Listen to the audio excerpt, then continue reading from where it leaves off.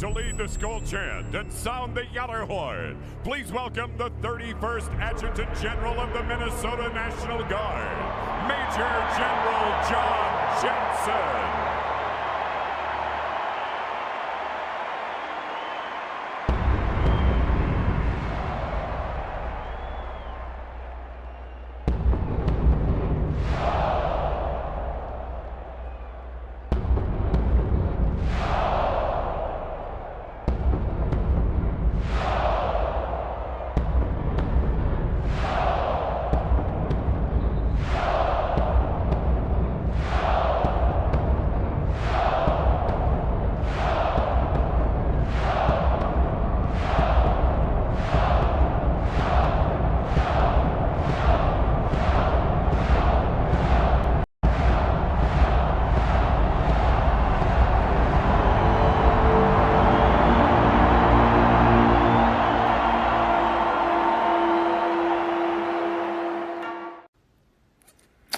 Well, hello, this is John Randall, Minnesota Vikings legend, and it is my pleasure to say, Minnesota Vikings fans uncensored, are you ready?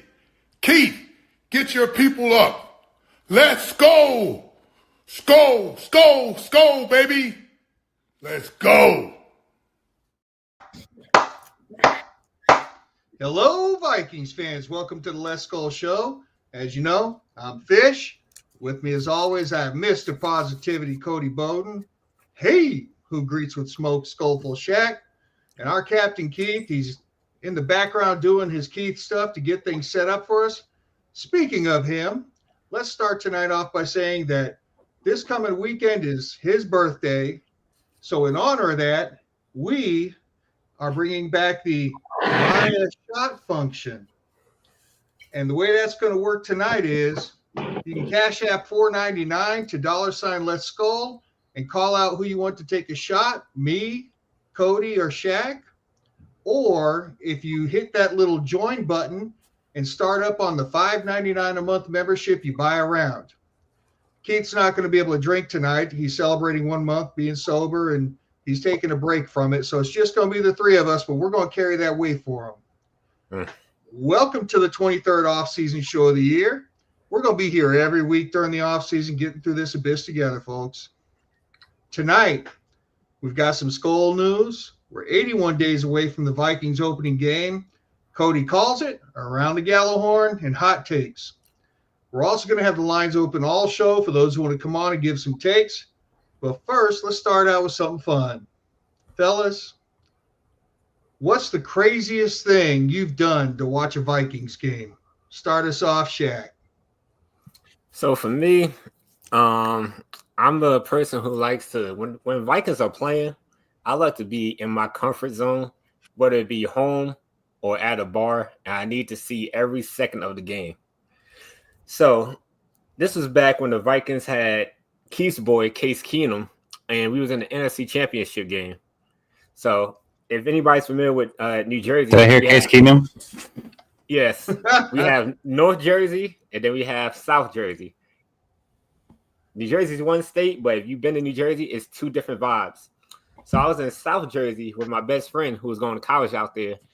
And, like, he was trying to bust a move to, like, chill with multiple females. And I'm like, all right, cool. I just want to be at one place and watch the game. So I was able to see the Kyle Rudolph touchdown, and then we was out driving around. And, you know, watching, when you're streaming from your cell phone, it's kind of spotty. So I'm out in the car trying to watch the Vikings game, and we are getting our ass kicked. And I'm like, man, this is probably the worst feeling in the world. I can't even watch the game fully, and we out here just getting washed.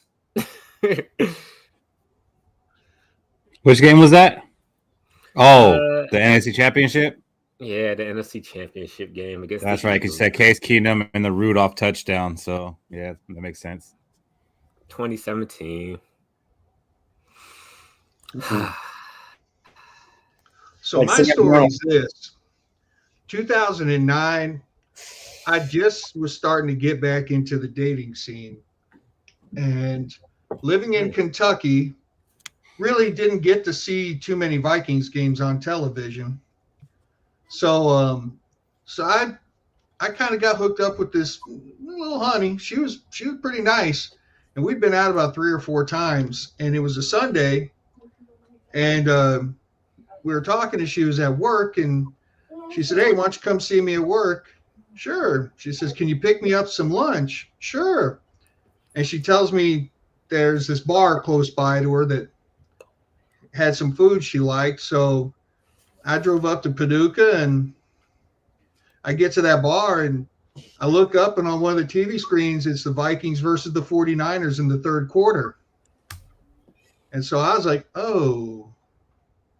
I kind of sat down and watched the rest of that game and got to see that Favre, what was it, Jennings? Was it Jennings or Ellis that made that catch? Greg Lewis. Greg Lewis. Yep. At the back of the end zone. And I was excited. And then, at the end of the game, I looked down at my phone, and that potential relationship was over. Never heard from her again. she didn't want that for the rest of her life? It was, where are you? I'm hungry. Hey, I'm going on lunch soon. She wasn't with you? No, she wasn't with you? Was at work. Oh, I thought you just were there and kind of like ignoring her because wow, I missed that part. Damn. She asked me to stop by this bar to pick up some food for her for lunch. Oh, I got there, and there's the game, and I'm like, You know what, Fish? If she didn't understand the decision you made, then you dodged a bullet. I never got a chance to explain it. I never heard from her again. She was like, "Hey, it's about that time. I'm hungry." And then it was fine. It's not worth it. And she's like, "I don't even like fish anyways." Yeah. Damn, that's a good one. And I got to see that throw when it happened. You gave up the chick to watch the game. I like it, and I respect it. What do you got, Cody? So I started college 2009. I ended college in 2009. I was working. I was during the Brett Favre era. I was working during in a call center for TurboTax, and the NFC Championship game was in its first quarter. I got up with someone on the line asking about their taxes, put them on hold, and just quit work that same night. Went home, watched the game. Complete disaster from Brett Favre throwing that crossbody pass interception. The very next day, I took a public transportation bus to the MEP station, the recruiting station for the Army, and then I joined the Army. So it was like all in one fell swoop. I was like, well, I'm working at a TurboTax call center. Life isn't going very anywhere. And then we just lost the Vikings game. I need to either punish myself or try to figure out myself out. So I joined the Army right after that. That's crazy. So the Vikings drove you to the Army, literally. Literally drove me to the Army. The Vikings. Brett Favre. Brett Favre is the reason why I'm in the Army right now. And Joe Webb is the reason Keith is married. No way. No way. Blaming the Vikings for our lifestyle. Told you I'd find a way to use it. And Brett Favre is the reason why I'm still single. Wow.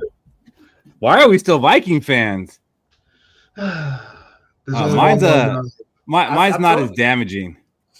I actually kind of have two. The first one's quick, but I live in California, so when I was littler, the games weren't on TV. Talked about it before. I got to see maybe 2 or 3 Viking games on TV a year. The rest of the time, I was just watching it scroll across the bottom and then watching highlights.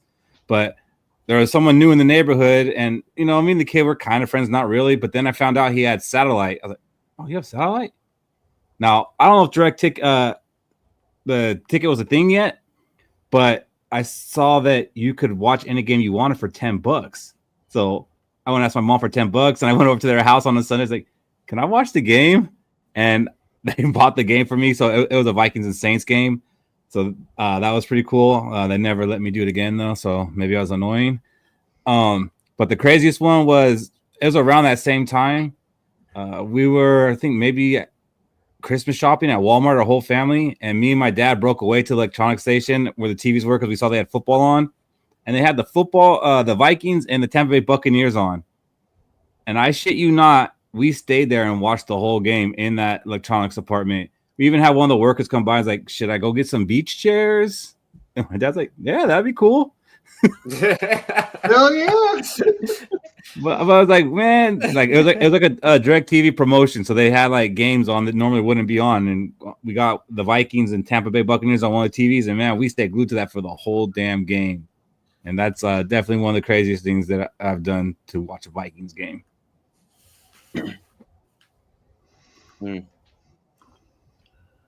Peterson, you still in Africa?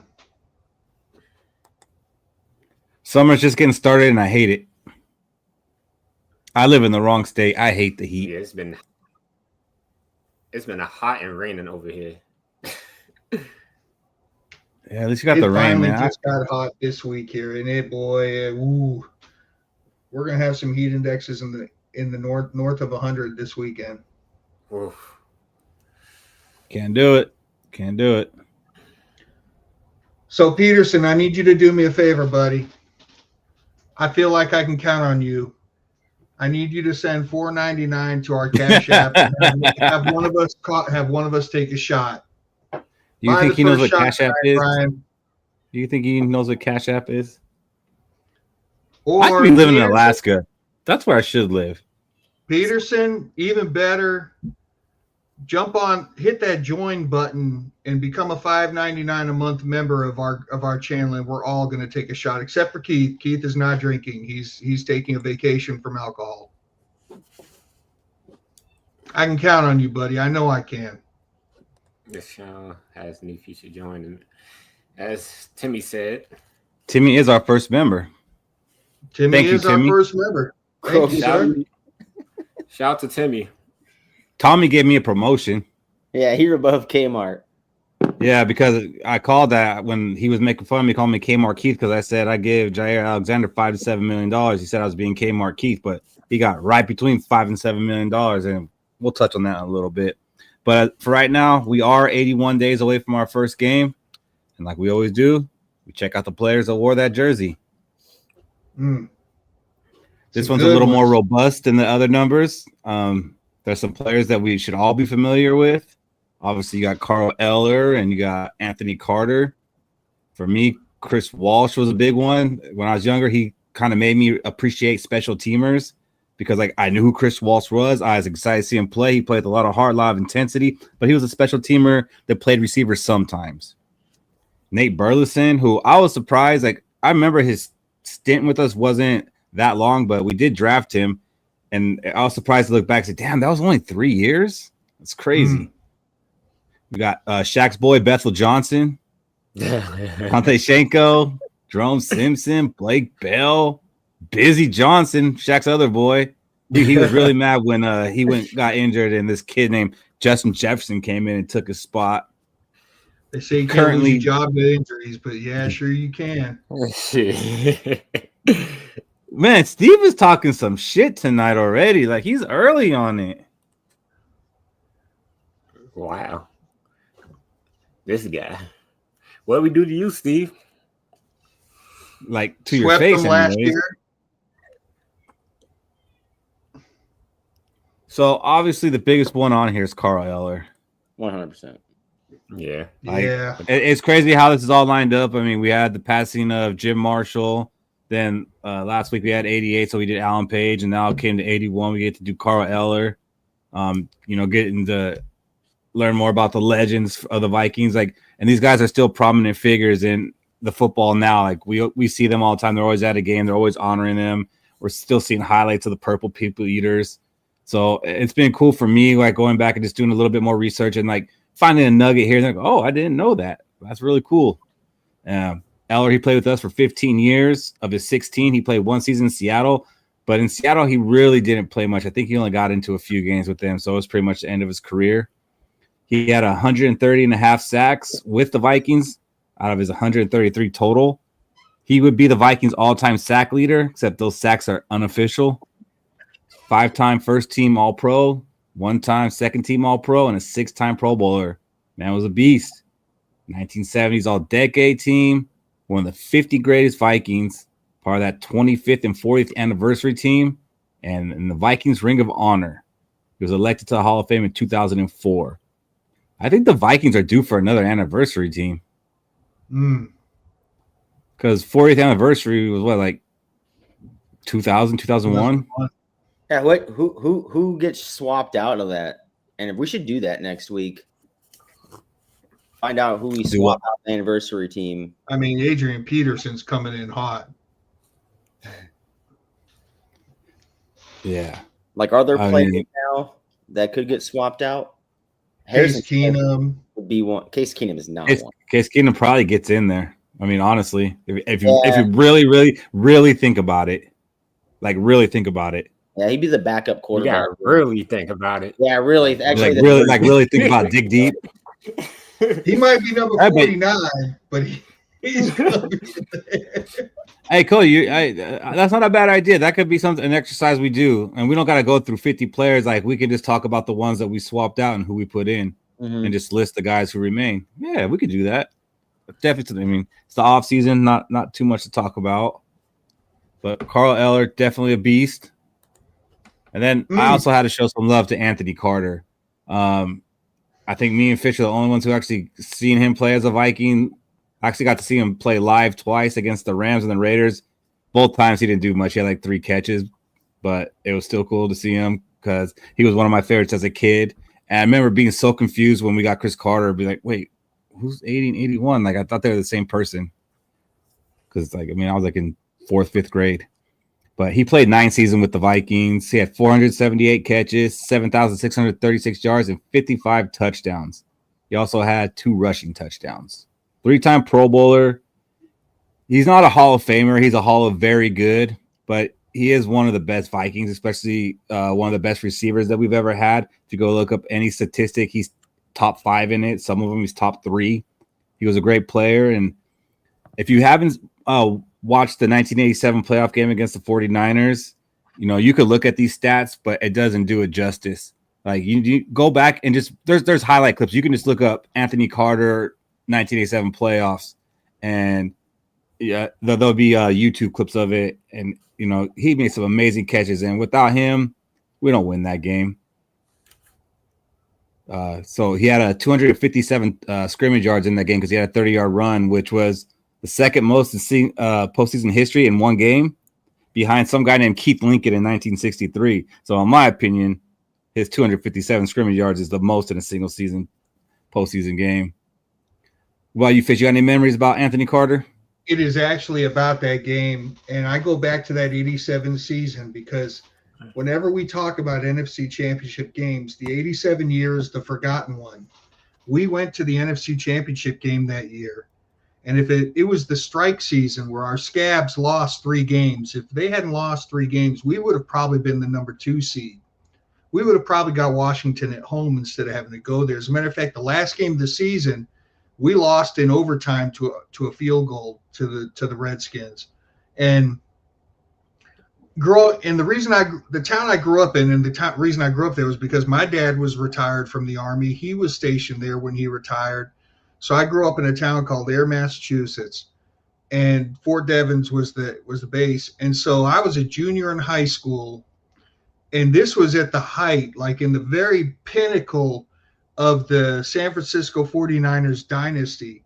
So a lot of these kids that were military brats rolling through the area were 49ers fans because they were great. They had Joe Montana. They'd already won a Super Bowl. They'd been to the playoffs every year. They had 2 more Super Bowls coming after that. They were 13-2 that season. There were many fist fights between me and a bunch of them kids leading up to this game and afterward, because I will tell you that after that game happened, I came back to school on fire. Did you see what AC did to you? Y'all ain't shit. It was great, man. It was life worth living. And it really was. It was like the Moss Thanksgiving game before the Moss Thanksgiving game. 10 catches, 227 yards. He just destroyed them. It was just a world-class showing. And man, it was just great. we were overshadowed in the 80s by a 49ers dynasty and an 85 Bears team. And if it wasn't for that, we were probably the number 3 team of that decade. We were that good. Our defense was that good. Everything was that good. We had Randall McDaniel. We brought on Chris Dolman, Keith Ballard. We had Anthony Carter, excuse me. I mean, we were that good, and he just put it on in that game. He showed out. Yeah. I'm with you. I miss 80s football too. Yeah. So another great season. That comment kind of caught me because it's something I've kind of been thinking about, not just about football, but things in general. It's like, do you think football was like better like in the 80s and 90s, or was it just we were younger and we were more glued and attached to it? Like, because I think there's people who think, oh man, I miss football in the 2000s, and there's going to be people that say, oh, I miss football in the 2020s. Like, do you think it's just the people we were, like, we're kind of attached to that and we're not those people anymore? And the game didn't change as much as we changed? I'm not trying to get all deep here, but I think this is what it is. The conditioning programs are so different. The athletes are bigger, more and faster now. As a side effect of that, it's a bit more violent in the collision and more injuries are happening. You didn't have people tearing ACLs and shit like that back in the 80s. Concussions, yeah, smell and salts get back in the game. CTE later on in your life, good luck, buddy. But, I mean, you have guys, there was not as big of a weight spread in the positions. You did not have really 330-pound linemen. You had 275-pound linemen. You know, there just wasn't that big of a weight difference. Then you got into the 90s and you started getting bigger linemen. So I just think there were fewer injuries. There were harder hits, but people played full seasons. Look at what we've done with Eller, Page, and Marshall. How many games did they play? How many years did they play? Basically injury-free. Hurt, yes. Injured, no. Well, and it's just a testament to how things were different. They kind of look like brain soup right now, though, too, also. So you got to, like, factor that in. Yeah, like I said, concussions, yes, because the whatever. But, yeah, I mean, you ain't heard about none of them having to lose, be off for 4 weeks because of a hamstring. It's just different. Yeah, they was like, can you see? Coach, I'm seeing double out there. Get your ass back out there. So you can see. You can see. Hey, don't worry. We're gonna force you around to sign autographs for people when you're 60-something. Remember? I don't know. The older Viking guys, they seem pretty sharp, especially the pro people, guys when they've been around. They seem pretty sharp, bro. You weren't there in Nashville when these young dudes are dragging Jim Marshall around, sitting him down in his chair. Sign this, sign this, sign. He's just like a puppet now. Chuck Foreman, you mean, right? Yeah, Chuck Foreman. Yeah. It was. It was abusive. If it looked abusive. What's up, Timmy? Member number 1. I told you I'd be the first one. Yeah. You need you weren't supposed to tell him that. A special intro music. Oh yeah, we need to get him a theme song. Yeah, Ric Flair music. Woo! So, what's up, Timmy? Right. Any of these guys mean anything to you?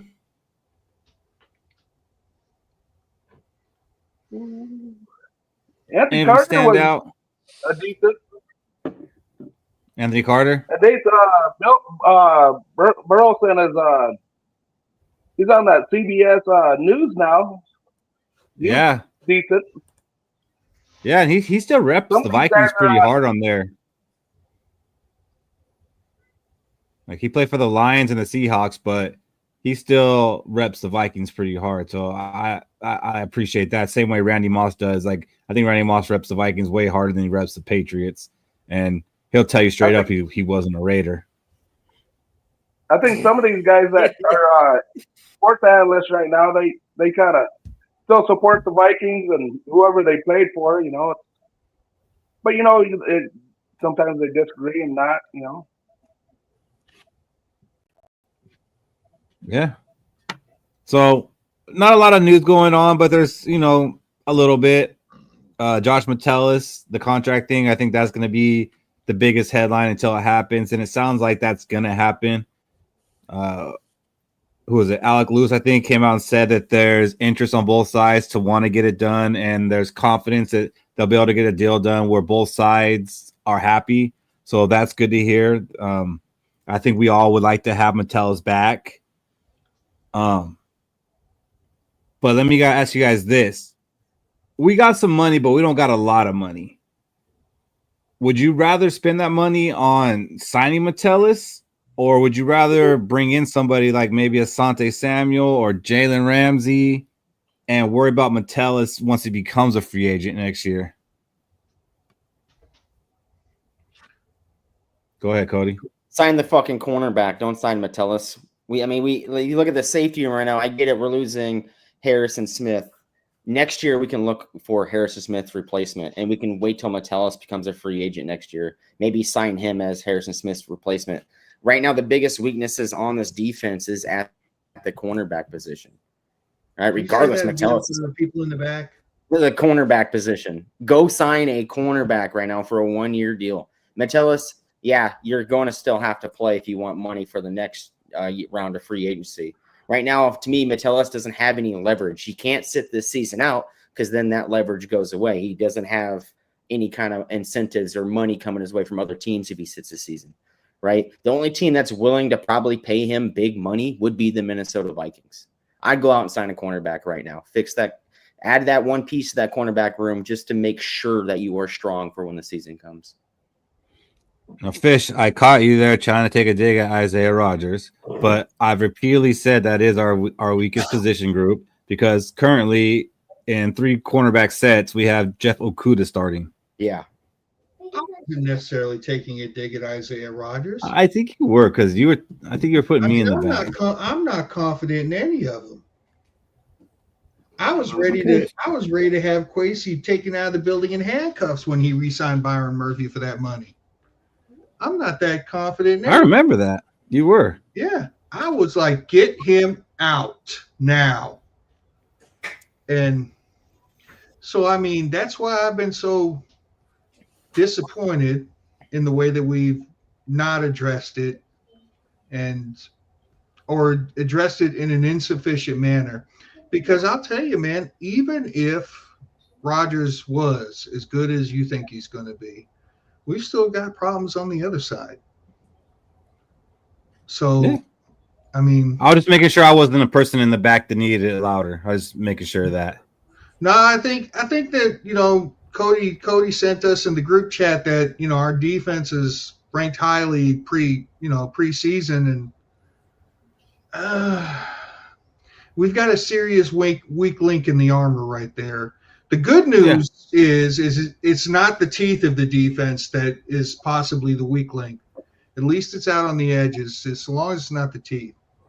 And on that note, for those of you who've just joined us, I want to let you know this weekend is Mr. Hansen's birthday. To celebrate, we brought back our buy a shot function we did on draft night, where if you cash app to $Skol $4.99, you can call out who you want to take a shot.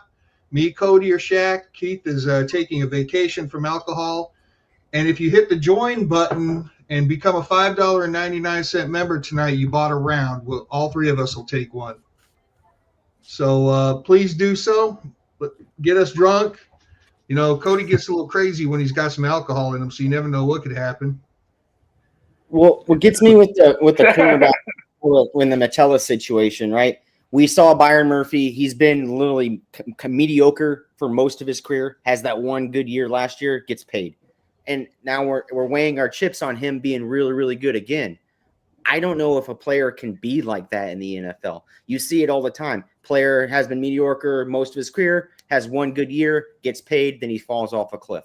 And then we're relying on Isaiah Rodgers, who basically lost his starting position to 2 rookie corners that are out there, in Quinion Mitchell and Cooper DeJean.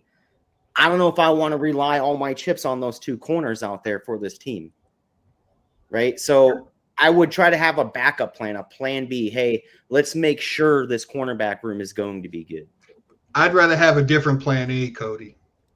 Not a plan B. I want a different plan A. Yeah, if we shit the bed at the CB position, and then we could be looking at what's his Donashell defense. Like we got the pressures are coming, but the passes are coming out a little faster, and they're burning our corners up. That's my biggest goal here. I was just about to say, how fast can we get to the quarterback? Doesn't matter. We got Isaiah Rodgers out there, one of the best man coverage cornerbacks in the NFL. But we're hoping that he does that again. That's the thing. Well, I mean, you're hoping anybody who was good does it again. We're hoping JJ's good again because eventually he won't be. Like, everything's a hope. But JJ started out 5 straight years of being good. There's a difference of having one good year of being good. But he could get hurt too. So I mean, if JJ gets hurt, everything's a hope.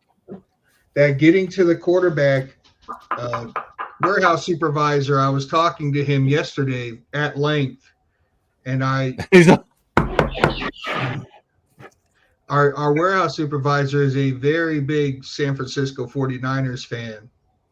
And so I asked him, am I going to be happy with Javon Hargrave? And he said, I question his motor. And I said, I didn't want to hear that. I was hoping you were going to say something like if he's healthy.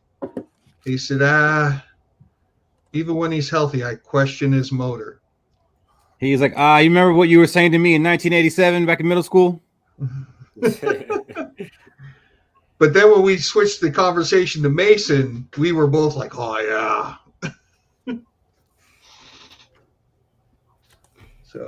So if you notice, I said Asante Samuel and Jalen Ramsey. I omitted Jair Alexander because he ended up signing with the Ravens.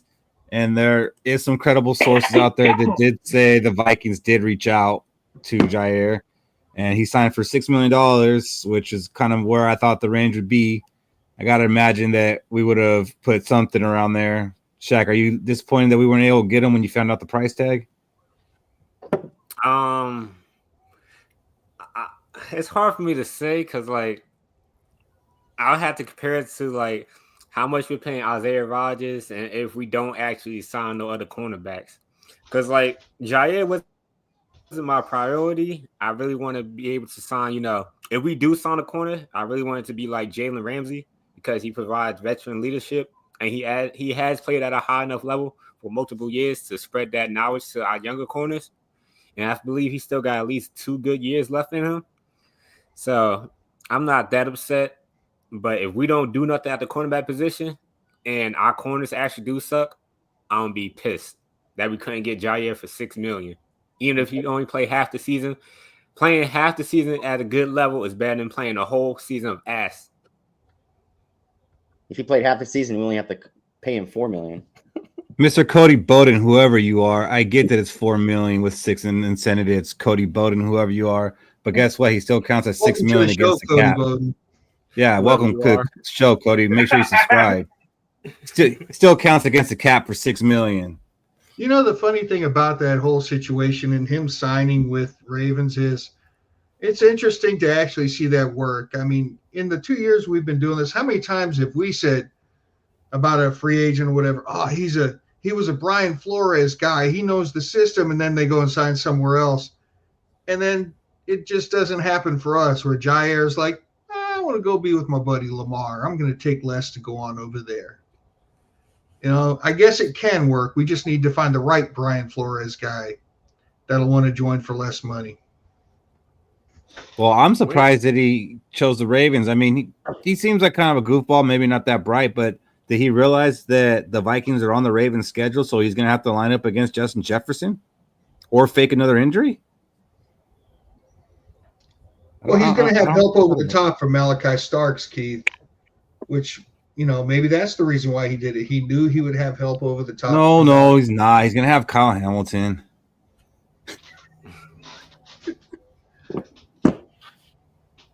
Fucking Ravens, man. That got depressing. Yeah, Ravens just get richer. It's crazy. It really seemed like a Ravens signing, so it made sense. It would have been nice to get him, especially at that kind of price, because I don't think we're going to go out there and spend 15 to 20 million on Jalen Ramsey. Even if Jalen Ramsey ends up getting cut, I still don't think we're going to pay that kind of money at this point, especially like our cap situation is kind of screwy for next year. So maybe Asante Samuel. I mean, weren't we supposed to hear in July how his neck's doing? Must not be doing well. Well, it's not July yet. It ain't July yet. Come on.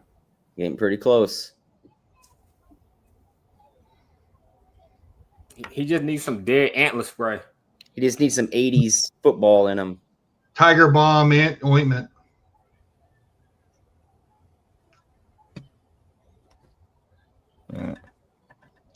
We finally got a trial date for Jordan Addison, who like I feel like this has been ongoing for like years and years, and it's like coming up on a year. But I just feel like this trial date got pushed back. This one got pushed back. Hopefully it gets pushed back some more, because if it gets pushed back enough, the suspensions won't happen this season. But the trial date is set for July 15th. The baseline punishment for a first-time DUI is a 3-game suspension. So if he's convicted of a DUI or, takes a guilty plea or decides to enter like a rehab or something like that, it's an automatic 3-game suspension. There's no way around it. The only way that Jordan Addison does not get suspended is if his lawyer is such a badass and gets him off. Yeah. And I don't know what's gonna happen. I mean, like, wasn't there 2 charges? Maybe if they get him on the other charge instead of a DUI, like there might be some kind of loophole. Matt, I see. What I don't get is his non-guilty plea. So if you are found guilty for having a non-guilty plea, isn't the severity of the punishment harsher? Well, the baseline of being found guilty is 3 games, but if you take a plea, real life. Oh, in real life? Like what is it if you found guilty after having a not guilty plea and you're in front of a jury? Like, what is the punishment now? It has to be the full, right? I think it's just you gotta pay more in fines, because now you taking up the court time for them to actually find you guilty. Or 1 year in prison, something like that. I think he gets probation. I mean, we're just talking about football here. I mean, there's more to it than that. But as Viking fans, that's, I think, the biggest thing we're worried about. Let's say he doesn't get suspended for 3 games. Does that give you a better outlook on the season at all? Or you're not too worried because it'd be the first 3 games anyways? 100% best outlook. We got a tough schedule. If you go 0-3 in those first 3 games, and then you got weeks 7 through 12 coming up right after that, it's going to be tough to even sniff at 10 games.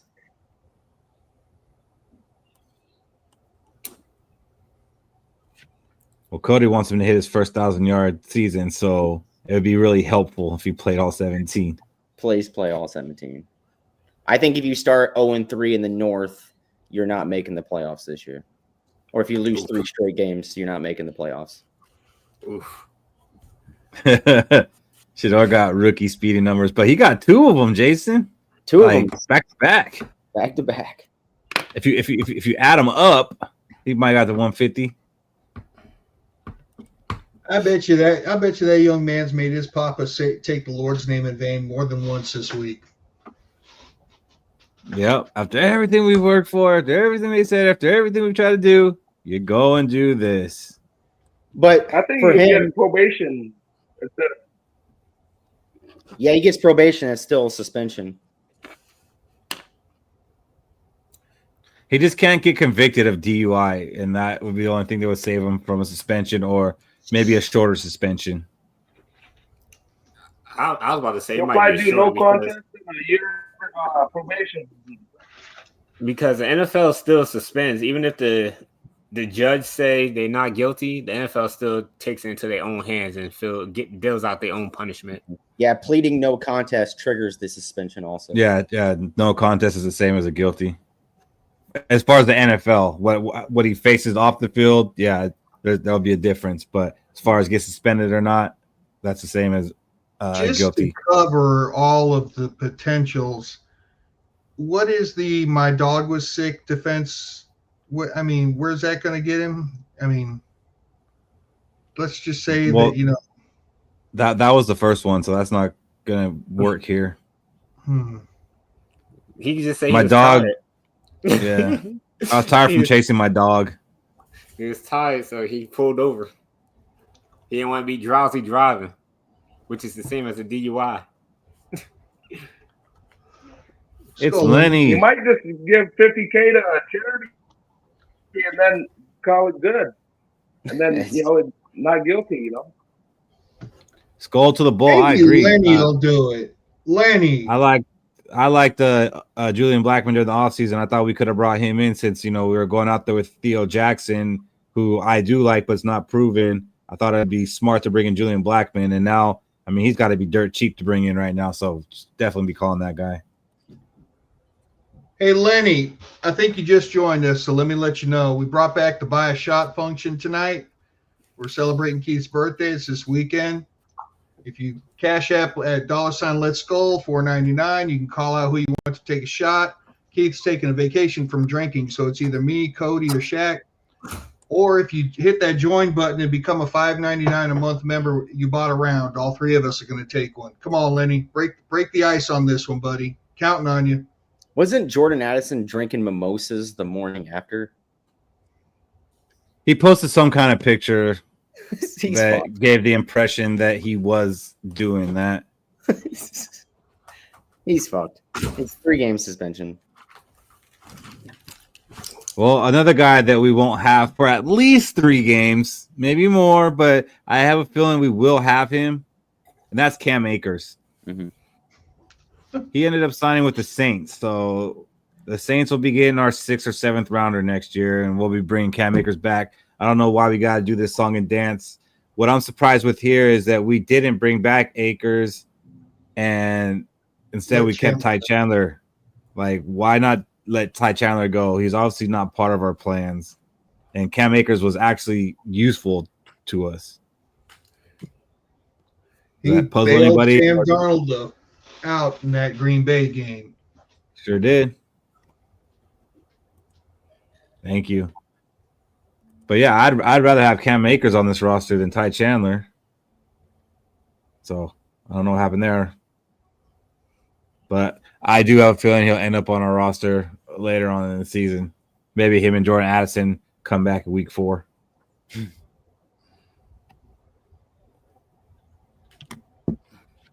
So that's some bad news, I guess. But some good news is, I don't know if you guys have been paying attention to Justin Jefferson, in his press conferences. He's running his camp. He's been at the voluntary training camps. He's been talking a lot. And I've noticed that there's a lot of maturity in him. And it seems like he's finally stepping in and embracing that leadership role. Like, he's always been considered a leader just because he's one of the best players, but I've never really seen him act like a leader. I feel like we're starting to see it more. Do you guys agree with that?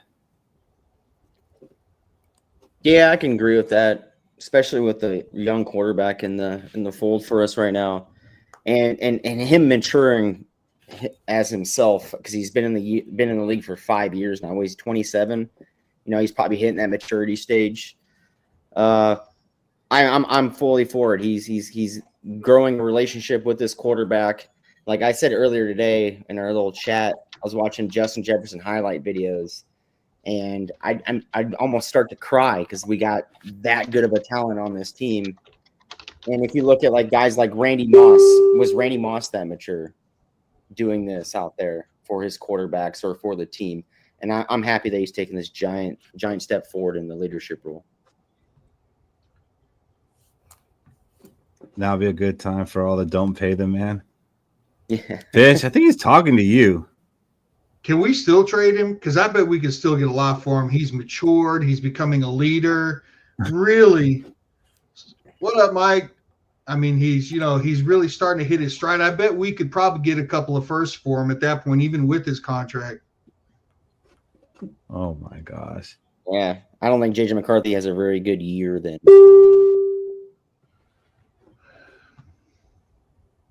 So the biggest thing for me is just that leadership always taken. It seemed like him and JJ McCarthy are getting really tight, even off the field, like they're hanging out. And something I caught in his presser this week was he was asked, is he going to get with JJ during this break before training camp and, do some drills and practice? And he said he would, which is something I don't think we've seen him do since his rookie year. I don't think we've seen a wide receiver. Mike Brady a little overcooked, unfortunately. Fellas, Lenny has subscribed. Lenny has joined as a member of the channel. He bought a round. Pour your shots.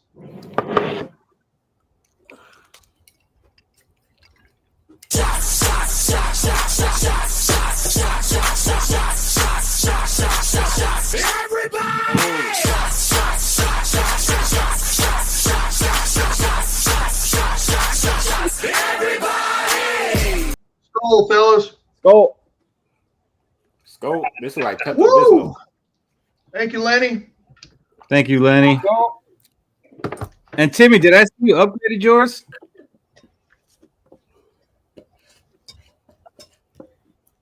Yeah, I upgraded mine. Yeah. Oh, that's another shot, guys. Here I we paid the go.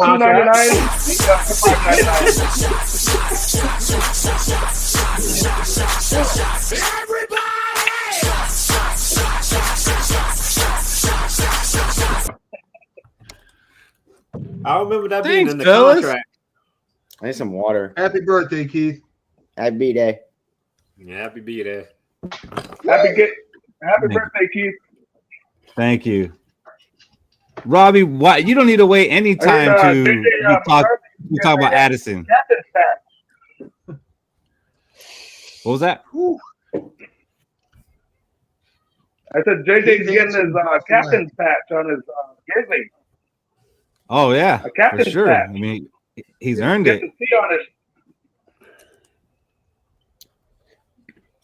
Thank you. Yeah, he definitely deserves to have the C. And then I'm glad that he's embracing the role and he's finally taking it on.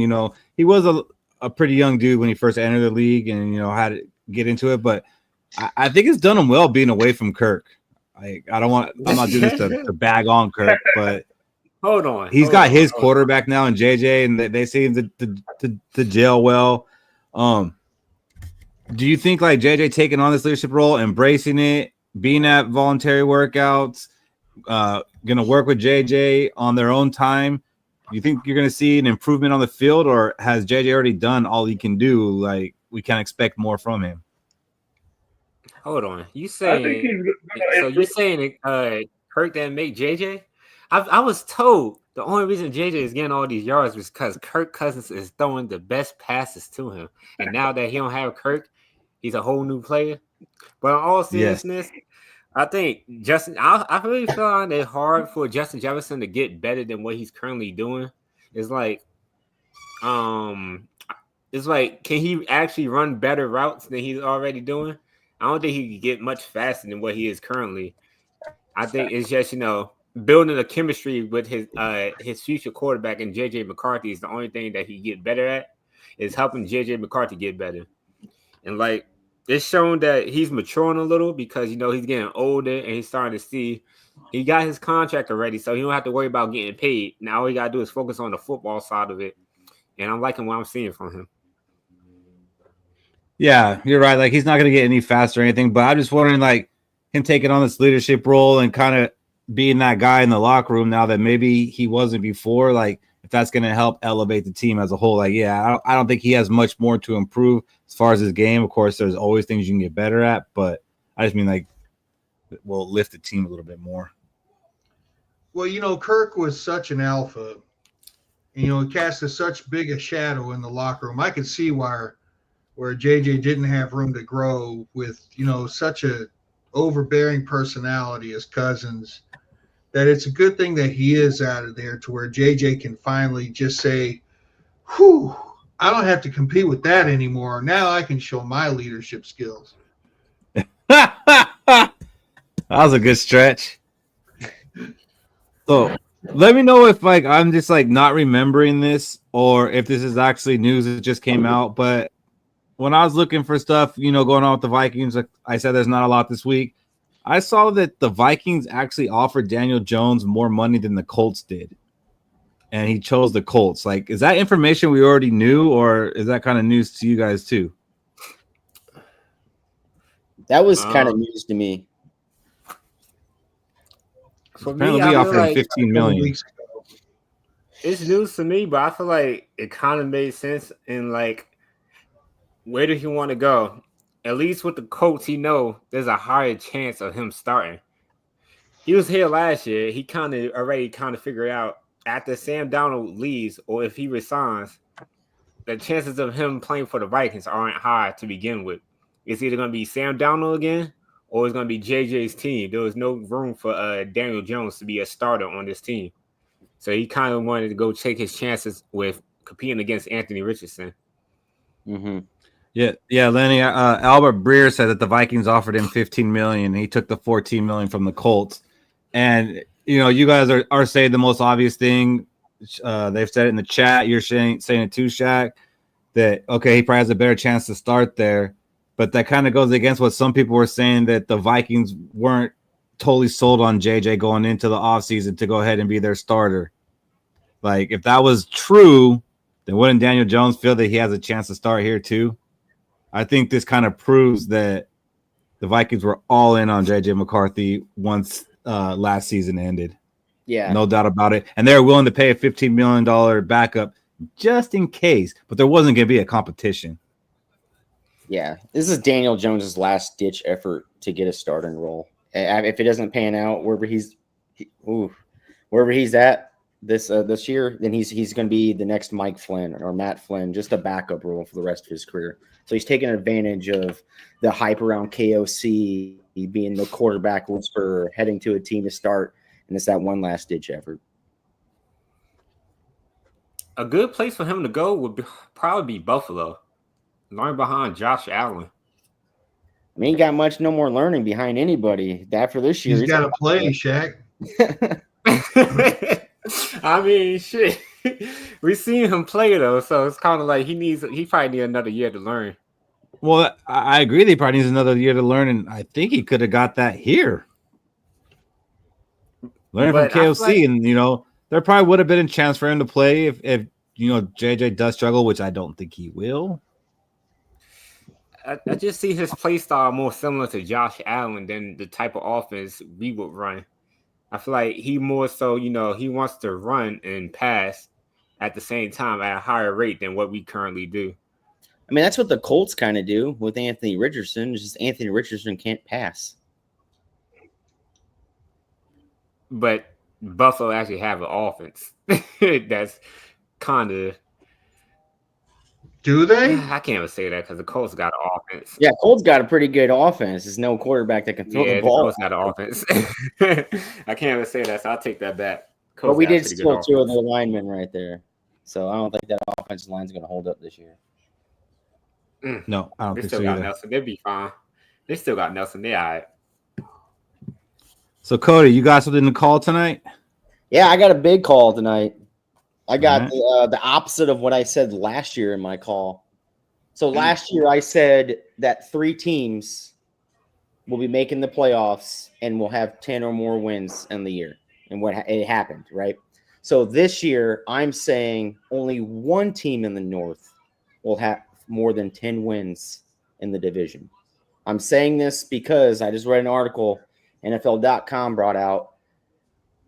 The Lions, Vikings, and Bears are in the top 7 for the strongest schedule for the 2025 season, right? And there is stretches for each team this year that are some brutal gauntlet stretches that they got to go through, right? I think the division winner is going to be the only team to surpass 10 wins on the year, just because of the strength of schedule, the teams. They built up very nicely, right? They built up very nicely, but the schedule and how hard it is for each team this year is way different than it was last year. We're not going to see 2 teams win 14 or 15 games. You buying that, Fish? No, I think the Bears are coming. And I think it's going to be a battle between us and the Bears for the division at the end of the season. I think that would surprise a lot of people if we both won double-digit games and the Packers and Lions didn't. Like the only team that has the weakest schedule out of our division is the Packers, and I think they aren't even that good this year, Steve, because you lost so many players, Steve, and you got so many wide receivers threes, Steve. So Steve. And Lenny, Jonathan Taylor rushing for 1,400 yards behind that O-line. We took half that O-line. Half that O-line is now our O-line. But they still got the best one. I just think we're playing literally all the Super Bowl contenders in the league this year besides the Chiefs. And I think that having that set up for our schedules, there's only going to be one team this year that's going to win 10. Ooh, Shaq, fighting words? Yeah. He's on the Bears. I've seen enough. Yes, he was saying with the offensive line that they currently have, he's still going to get 1,400. Oh, because when you say run behind that offensive line, that puts the emphasis on the offensive line being so good. Sometimes text gets lost in translation. I know. Here, I want to buy it, but I don't think so. I think we end up with at least 2 11 or better win teams.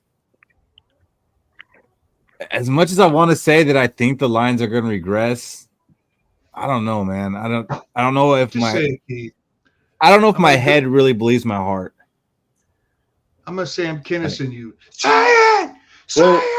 What were the records of each team this year on our schedule prediction? Yeah, we're gonna have to redo those. Yeah. The Lions didn't have a good defense before the injuries. The only one who was worth the shit that got injured was Hutchinson. See, I'm not going to crown them with the division because the Vikings are going to get like 12 or 13 wins, so that should be enough to surpass either the Lions or the Packers' 11 wins. I do think the Bears will be better than last year, but I'm not going to put them ahead of the other two teams just yet. For the Bears to be better, I mean, that means winning 8 games. Mm-hmm. You know, like that's a big that's doubling up over last year. You buying or selling, Shaq, that there's only going to be one 10-plus win team in the NFC North? Yeah, I'm going to have to sell that. Our division's too good to just only have one 10-plus team. I get we all playing the best teams in around the league, but you guys got to remember, even if we played a sorry division last year, this division is still pretty good. And it's like, I kind of find, as much as I want to say the Lions is going to regress and they're going to probably only win 6-7 games, I'm still having them probably winning at least 10 games. I can see the Bears winning maybe 8 to 10 games, and I can see the Packers winning 8 to 10 games. So I'm going to have to sell that. What about you, Timmy? Do you think there's going to be more than one 10-win team in the NFC North?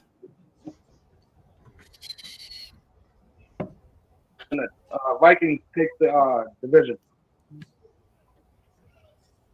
I think we can all agree with that. Do you think any other team besides the Vikings will win double digits? Lions, Packers, Bears? Oh my. Packers. Packers will have 5. But we beat them twice this coming season to take the division. All right. So the Packers and the Vikings. Fish, I had to bite my tongue not to say the oh my.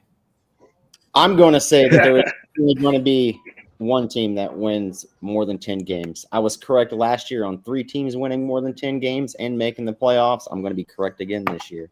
I got laughed at. But the Vikings weren't one of them. I know they weren't, but I got laughed at. Yeah, they weren't. But I got laughed. No, the North isn't going to win 3 teams making 10 wins or more. Steve, you know, our first official member agreeing with you does have some weight, but not that much weight. So when do we lose? Oh, thanks, Fish. That's the greatest time. At least somebody agrees with you a little bit. You know, you never have to. You can love me and hate me. It doesn't matter, buddy. Everybody has their own opinion.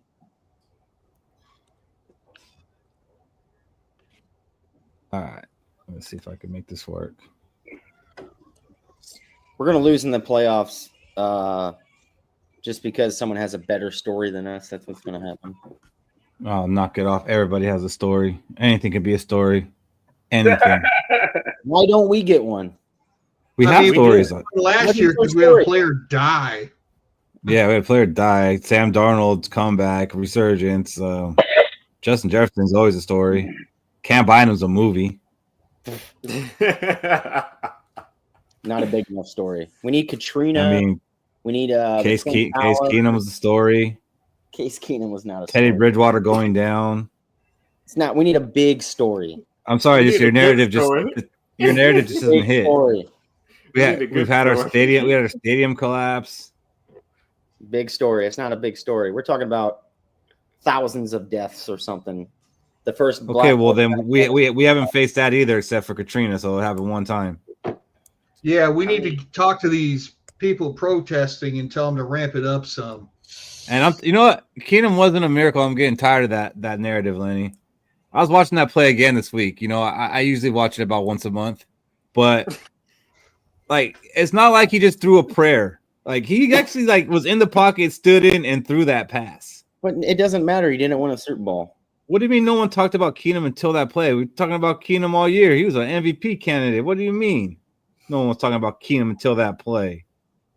Everybody was loving Keenum until the play after that. It was up and down for me, if I'll be honest. Yeah, Nick Foles is the better quarterback. I was just pissed at Taylor. Better than Tom Brady, apparently. He was better than Tom Brady. Philly. No shame in that. So you got these quarterbacks up here. What's the deal with this? So I do have quarterbacks up here, and I wanted to do just a little fun exercise. And I want to see what quarterbacks would you switch JJ McCarthy for right now?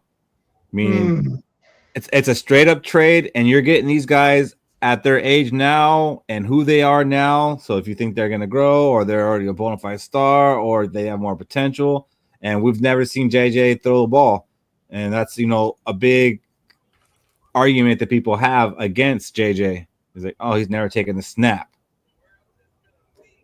So we could probably go through some of these real fast. Like, is anybody taking Flacco? Yes. Fish? He has the veteran leadership. Look at that age. Not many quarterbacks have that wisdom of a 40-year-old who can still sling it. I can't believe Mahomes isn't 30 yet. 28. So it's not working like I was hoping. Yeah, all his highlights came in after his second year. Well, his first year starting, but his second year in the league. And he was only, I think, 23 at the time. That sucks. When I did this yesterday, I was able to edit and delete it, but now I can't. Which is going to fuck this whole thing up. Maybe it's a sign that he's probably should be on the team. How about this? Why don't we just take turns calling out the names we would take over him? I don't like that. I mean, I do. It's a good idea, but then that forces me to say something that I'm not going to want to say. Like for just this year? I'm going to tell you right now, I would take Justin Herbert. Whoa. Yep. I would take Matthew Stafford. Yep. And Jaden Daniels, and that's it. Wait, you would take Stafford? Yes. You're going to get maybe 2 or 3 years of an older Stafford. Oh, so it's for future. You're trading for him. You're not going to get him this year. Think, okay, JJ, come back now. Oh, we're trading JJ McCarthy. Okay. Yes. I think with Matthew Stafford last year, we're in the Super Bowl.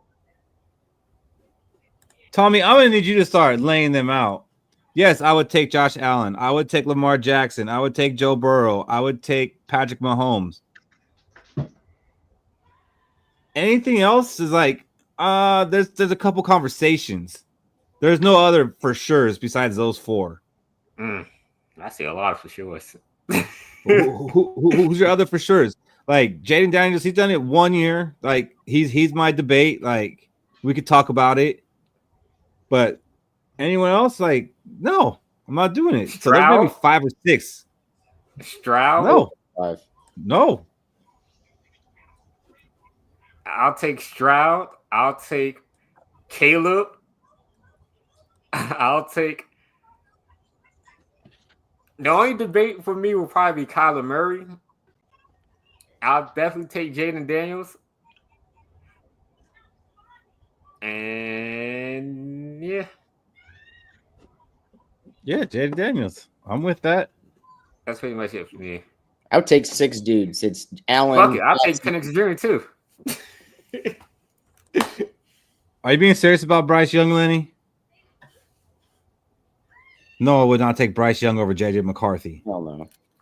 The only names that should be mentioned is Allen, Jackson, Burrow, Mahomes, and a toss-up with Caleb Williams. I think that's it.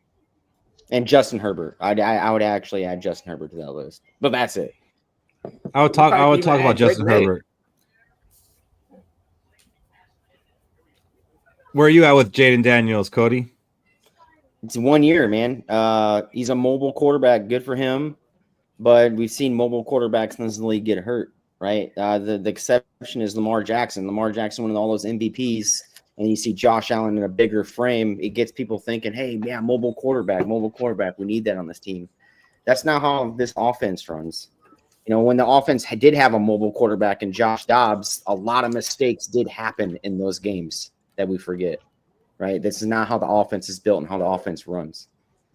The offense runs off a play-action quarterback, and JJ McCarthy, I would say, is the 3rd best play-action quarterback on that list. I respect your confidence in him, sir. Name me better or 3 or 4 better play-action quarterbacks on the list.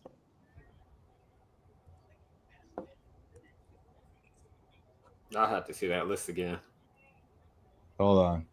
But the thing is, I feel like it's not about the quarterback. We have KOC. So, like, if we just taking these quarterbacks' talents, I'm taking the quarterbacks I chose, I feel like have better talent starting than JJ McCarthy. So we're not taking Richardson. Nah. Bo Nix? Nah. Bo Nix is a play-action quarterback. Yeah, but nah. I mean, you can have all the talent in the world. If you don't fit the offensive scheme, you ain't making it. Where's Robbie at? Robbie asked for the link, and I gave it to him. But I'm not. We need somebody. We need somebody who's going to take every quarterback. He's going to say, "I'll take everybody. I'll take every single one of them." I actually know Bo Nix's father. What about 22-year-old Drake May? Yes. He's a play-action quarterback. Was drafted before McCarthy. Watched 1 year of him. I don't know if I would trade him off of 1 year like Jaden Daniels, but I'm going to stick with McCarthy. It's because KOC's offensive scheme. That's the main thing on this whole list. Yes. What about you, Fish? You taking Drake May or JJ McCarthy? Oh, you know how I feel about Drake May.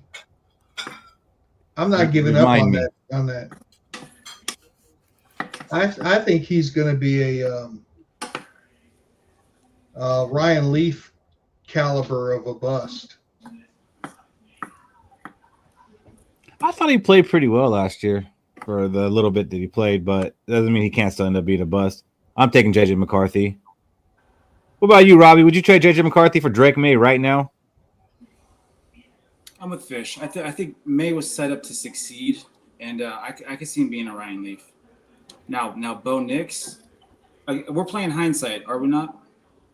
Set up to succeed. Well, no. This is would you trade JJ McCarthy that we haven't seen play yet for these quarterbacks? We're trading for what we know. All right, I guess what I'm asking, you said Bo Nix or not Bo Nix, Drake May with what we know at trade deadline or what we know from what he played last year. So what we know right now. Oh, what we know right now. Yes. Yes. I would for Nix. I think a shorter answer, Robbie, would be on that list. who would you not trade? It's hard for me. Like, wait a minute. As much as I say this and that, I will stand by my word. We don't know a lot about the kid, so it would have to be for somebody that we know is successful. So I can't just immediately say that I don't want the kid because of what we don't know and he's going to suck, because that goes against everything that I've said. We don't know anything about the kid, and I've stayed neutral and I'm staying neutral. So, he would have to be somebody that we know is at least a 7 or an 8 consistently to trade for him. And Nix looks good. I honestly like Penix. I thought Penix played really well. I would trade for Penix. I mean, obviously there's ones that I would trade on there. I don't need to point out the obvious ones like Daniels or, Jalen. I would trade Jalen for like 9,000 reasons outside of the obvious ones, but I love Jalen Hurts. This is crazy. Tommy and Lenny both got Purdy. I keep my word to that. Purdy and Tommy's got Sam Darnold. No, hell no. No. I'd rather keep McCarthy. Unc, you crazy. You sure you stopped smoking? I think Steve is just trying to butter up to Robbie right now. Cam Ward's not even a play-action quarterback. I don't know why that's even chosen. Justin Fields? I've always liked him. I've always liked Justin Fields. I think I've been like one of the few people that have always put him like on a pedestal. It's a talker for me. He never had a consistent OC. That's why I've always liked Justin Fields. Like, he did what he could with, like, nobody's really telling me what to do. He made chicken salad with, what he had. Maybe he doesn't fit those team schemes. No, he doesn't. Yeah, in the right scheme, right, Fish? With the right coaches. No, you got it. Like, Sam Darnold's a play-action quarterback. That's why he's our facilities. Kirk Cousins, play-action quarterback, thrived in the offense. Would you take Justin Fields over JJ McCarthy, Cody? No, I would not, because he's not a play-action quarterback. I would not take him either. Shaq? It's a talker for me. So, Fish, I know you're excited about maybe bringing Justin Fields in as a backup. Would you make the swap? It's an exciting thought to have him in the back pocket as a backup plan, just in case something did happen. But I would not want him to be the captain of the ship. All right. What about Justin Herbert, Robbie? Yeah. You'd make that switch? He's got. He's not my type of quarterback. I like a little bit more gruff with my mans. I like a little bit more versatility with my mans. But that boy's good. But yeah, I switch out for that. That boy's good. In a heartbeat. Yeah, that's a tough one for me. I'm taking Justin Herbert.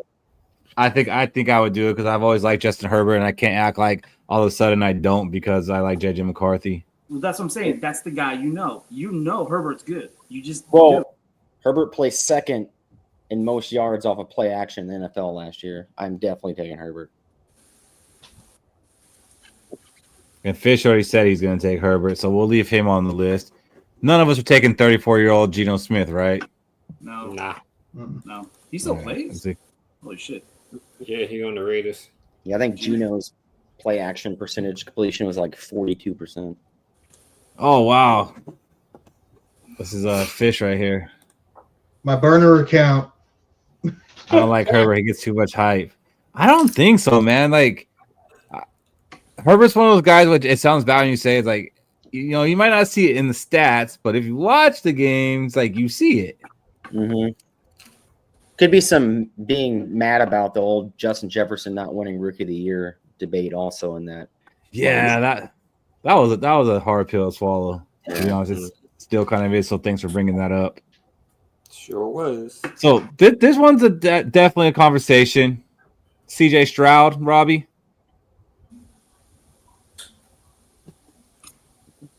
I'm on the fence. Didn't he win a playoff game last year without like any receivers? Well, he beat Justin Herbert. So that's I like. Well, CJ. that's my god. He's to your question, Fish. He's a double-edged sword. He's so inconsistent. Like he's so inconsistent. But did he have the sophomore slump and just he's surrounded by so much damn talent though. It's like, is it him or just the talent around him? No, I wouldn't. I don't like his inconsistency. I don't. I like the player. Don't get me wrong. I like the player a lot. I do. Just I hate his inconsistency. I struggle with this one. At first, I said no, like off the bat. But if I think about it, it'd be tough. I mean, and he's only 23. They've gone. This is only gonna be his third year, right? And they went to the playoffs both years with him, and they weren't really they weren't a playoff team before him. They drafted really well, though. That's one of those teams that drafted 2 years back to back very damn well. Yeah, we get it, Kiger. Tommy, who have we cut like that has multiple playoff wins that isn't 35 years old? Do I want someone with a face like a porcelain doll who never shows any emotion, never shows any fire? Nah. He's in Atlanta right now on the bench. I was thinking Kirk too under that description. That's what it is. That's what it is. Kirk Cousins does not look like a porcelain doll. CJ Stroud does. He has the most flat affect no matter what happens. I hated that. And I always Cody, you taking Stroud or JJ? So Stroud plays. He was a top 10 quarterback in play action ever since he's entered the league. I would take CJ Stroud over JJ McCarthy, knowing what I know from the past and how he would fit this scheme. Yes, I would take. All right, we'll leave him up there. I mean, I think we're pretty split on that, and even the ones who say no are kind of like, well, maybe. So, what about Trevor Lawrence? No. Worst efficiency out of the play action for Trevor Lawrence. Not good. I wouldn't, which is crazy because if you would have asked me this like maybe before last year started, I probably would have been in on it. But I think we've seen what he is. Like I do think there's potential for him to be better, but I don't think he's ever going to live up to like the superstar quarterback. I think every year he's got worse. Like I just feel that way. Like, and also fuck Clemson. Like, I mean, they didn't have a great team last year, but man, just watching some of his throws, like he's not very accurate. And you know, Shaq would like to say that he was running for his life, but I mean, he fumbles a lot too. If you look at, he's not making plays. Game on the line. I need 2 yards. Somehow he'll fumble it. If Cliff Kingsbury was the head coach of the Minnesota Vikings, I would take Trevor Lawrence over JJ McCarthy. Oof. Just the scheme. This is what he runs. I hate Cliff Kingsbury. Anybody taking Tua? Hell no. Sorry, I did that. How about a 41-year-old Aaron Rodgers? Now we just want one Super Bowl, right? Yeah, sure. Man. I mean, for now, Cody, but after we get our one Super Bowl, I think we're going to want more. Anybody want some shrimp? Yeah, I can see that too. So you would consider it? I'd consider Aaron Wow. Rodgers, but I'm not taking him. He would infect that locker room to the nth degree that we would not want. I think this will be the best team he's ever played on in his career, and I don't think he would affect anything in that locker room. He won't. I think the media just blew it out their ass. I would have taken him for the year if we could have signed him as a free agent. Like I think I would have got around to being okay with that, but I would 100% not trade JJ McCarthy away for a year of Aaron Rodgers. Yeah. That's that thing. One Super Bowl before we die. If Aaron Rodgers guaranteed you a Super Bowl. Okay, yeah. If he guaranteed a Super Bowl, I'd trade my mom for him. Would you trade it? Like, Yeah. Wow. Like, let's be real here. I'd trade your mom too. Wow. Yeah. Thank you, Fish. I'll let her know. And I'd give one of my kids away. I don't know which one. You know, I got the side. But there's a lot I would give away for a Super Bowl. But there's no guarantee. One, you're less attached. No, man. I'm probably less attached to the oldest, and even though that's the first, but she's moved out and married. You know what I'm saying? I gotta get younger here. just like the lineup. We're not going to do Aaron Rodgers. I think it's fair to say these next 4, we all would do it, right? 100%. Lamar, yeah. Yeah. 100%. He said Lamar. I'm not interested in the other 3. What did my mom do, Lenny? Nothing. My mom, I love my mom like a lot. But in '98, when the Vikings lost to the Falcons, and I went to my room and pouting, she came in. I thought she was gonna check on me. She threw a little miniature Falcons helmet at me. Oh my God! Yeah, mom's got to go. So I will definitely trade her for a Super Bowl. Oh, wow. You know what's the crazy about Lamar Jackson is he runs as a mobile quarterback, runs the play action, and he's a top 5 play action quarterback. I'm definitely taking Lamar Jackson. And there are all those quarterbacks that are the next 4 are all within the top 10 of play action. Yeah, I would take all 4 of these quarterbacks. I would make that trade. Fish, which one did you say was the only one you would do it? Lamar Jackson. Wow. What? You wouldn't take Patrick Mahomes? Allen? Like, I wouldn't take Mahomes. I can't stand him. I would take Burrow and Allen in a heartbeat. Jackson's a gimme. That's a gimme. That's a galactic gimme. Burrow too injury prone. Well, could be an argument that JJ. Why would you not take Mahomes? I can't stand him. I just fucking can't stand him. 3 times. I mean, he's got at least like 6 more elite seasons, and then probably like 2 to 3 really good seasons. Yeah. I'm telling you, I'd rather keep McCarthy knowing nothing than take Mahomes. That's how much I can't stand the dude. That's me. It's the team. I get it. Team means a Super Bowl. Not there are more important things, Cody. No, seeing him get up in a press conference and being all, "Hi ho, this is Kermit the Frog here." Fucking I can't do it. Annoying ass big nose wife and shit. Fuck that. You keep that shit. I know. I think she had a nose job. It might be normal size now. Yeah, she took the nose down and took the. Yeah, the nose went into her chest. I saw something else. I was just about to say, I think she got a chest job, not a nose job. I think she got both. I think you need to look again.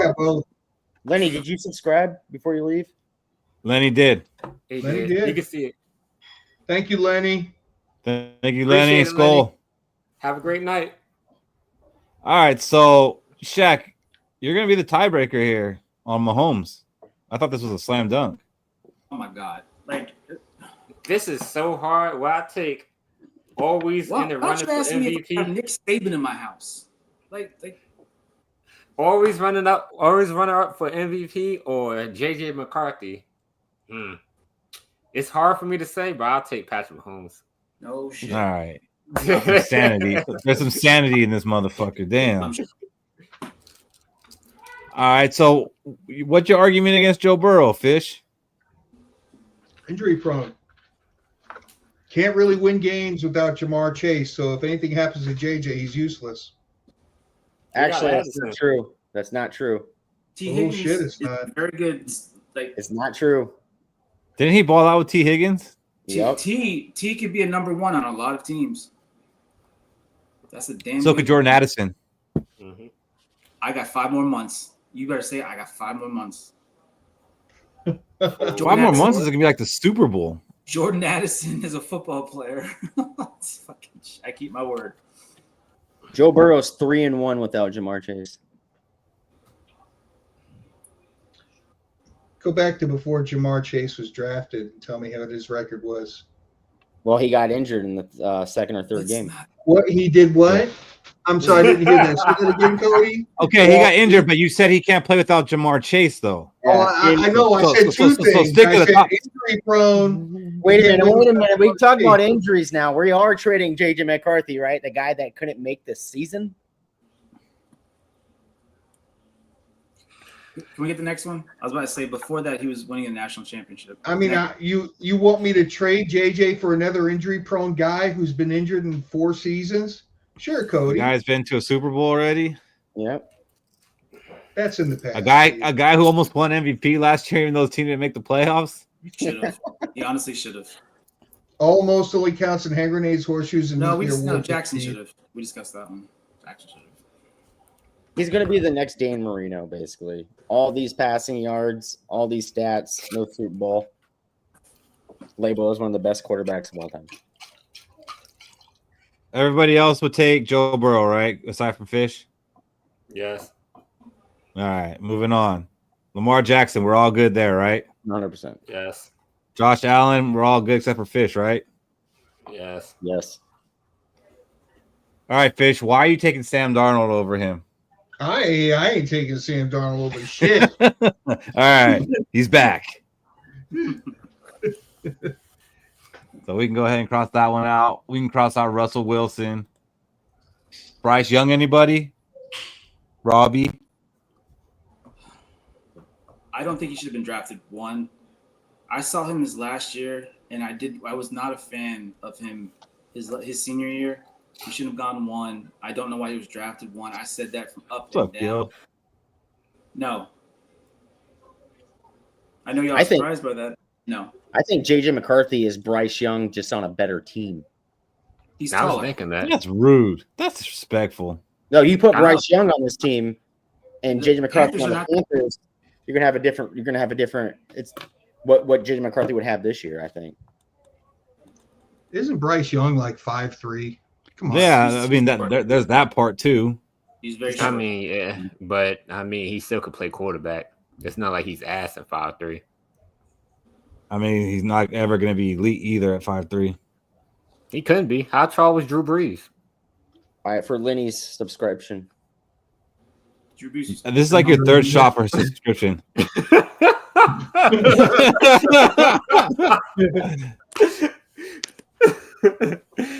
Oh man.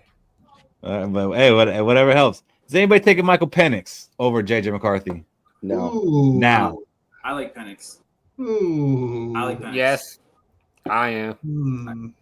Really? What I saw, what he did on a crap team, I like Penix. Hmm. Isn't really crap though. Falcons are not. I think you take Bijan Robinson away from Michael Penix and he's ass. All right, we'll put him on the list. That's crazy. Caleb Williams. Yes. Yeah. No. No. Yeah, yes. Sorry, he's not making it. Matthew Stafford at 37 years old, Michael Fish. You damn Skippy. Fuck. You might as well have taken Aaron Rodgers then. No. There's 37, then there's 41. There's great attitude. There's great attitude. Then there's some bullshit. Ah, that's crazy. Anybody else taking Did you get Stafford that over clip JJ McCarthy? Yeah. I No. respect the man, but no, thank you. No. No. Yeah. Wait, you're a yes now? Oh, Cody. I've been at yes for Matthew Stafford. Yeah, sorry. Sometimes I get you and Shaq confused. You can see how that happens. Mm-hmm. Jared Goff at age 30. No. No. No. Yes. Mm. Yes. God damn. Fish is thinking about it. I'm not. I said no. Oh, I didn't hear you. All right. Now, here's an interesting one because two guys I respect, and Tommy and Lenny, they both said they would take Brock Purdy. No. I would say yes. He's the number one quarterback out of play action. I don't give a shit. No. Cody, you find something to stick to, and you stick to it. That's the fucking scheme. We threw Dobbins in there, a mobile quarterback, and we couldn't. It was like a flash in the pan. Then it was 65 years old. Can play action. To be fair, Dobbins is like one of the worst mobile quarterbacks in the league. Like he didn't know how to play action. He's like, "Oh shit, I don't know what to do. I got to run." So only Cody. Get him out. I am not taking Diet Kyler Murray. Is that Jordan Love? Go ahead and give your yes, Shaq. Yeah, I'll take Jordan Love. Robbie? I'm on the fence. He's ambiguous to me too. It's like he's not great, but he's not bad. He's like, fuck. It's a side grade. It's a side grade to me. So it's like I'm not taking him. I'm not taking I him. don't Cody's want not nothing to taking do him. with Dak Prescott 2.0. Someone said consistency. And Jordan Love is that. He's not consistent. He's got those stretches, and after that, it's like a baseball hitter. All right. Baker Mayfield at 30 years old. Not 30. Yes. 100%. Every single team he goes to, he shines. And it's wild that they cut him or trade him. And they make it to, they go one and done in the playoffs. I'm not doing it, man. If he was doing exactly what he's doing right now and he was 27, 28, I might consider it. I mean, shit. How long you expect our core to be on the team? I expected we just re-signed our GM and our coach. I expect them to keep this team competitive for a while. And for 35, 36, 37, that's still playing. I tell you, I don't know what, about not playing the way he plays. There are 3 quarterbacks on this list that I've seen that are over 35. I counted 3.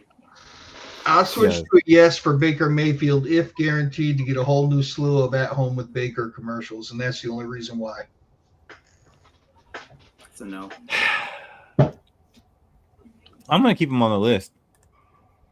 You would. I mean, I wouldn't take him.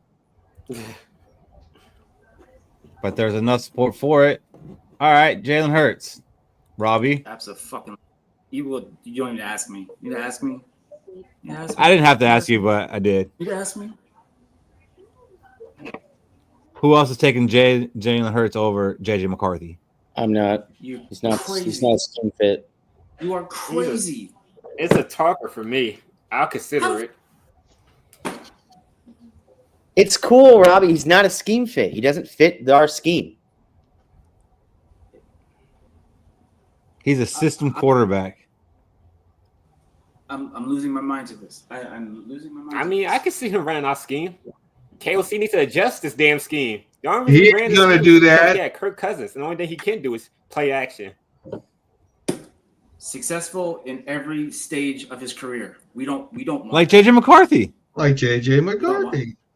At this stage, he's been nothing. I can't say he's been successful or unsuccessful. Jalen Hurts has been successful at this stage of his career. Who gets more credit for the championship, Jalen Hurts or Tua? Tua. Because he actually won it. Mm-hmm. No. Because they were getting their ass. Well, I'm just saying you said Jalen Hurts was successful at every level, but I mean, it was Tua who won the title. He has been. So did Jalen. Yeah. Yes. Move on. I must Google that to see if that's true, or just take my word for it. My hands are right here. Nah, thank you. I've seen Jalen Hurts all his 4 years from Bama to Oklahoma. I don't need to Google.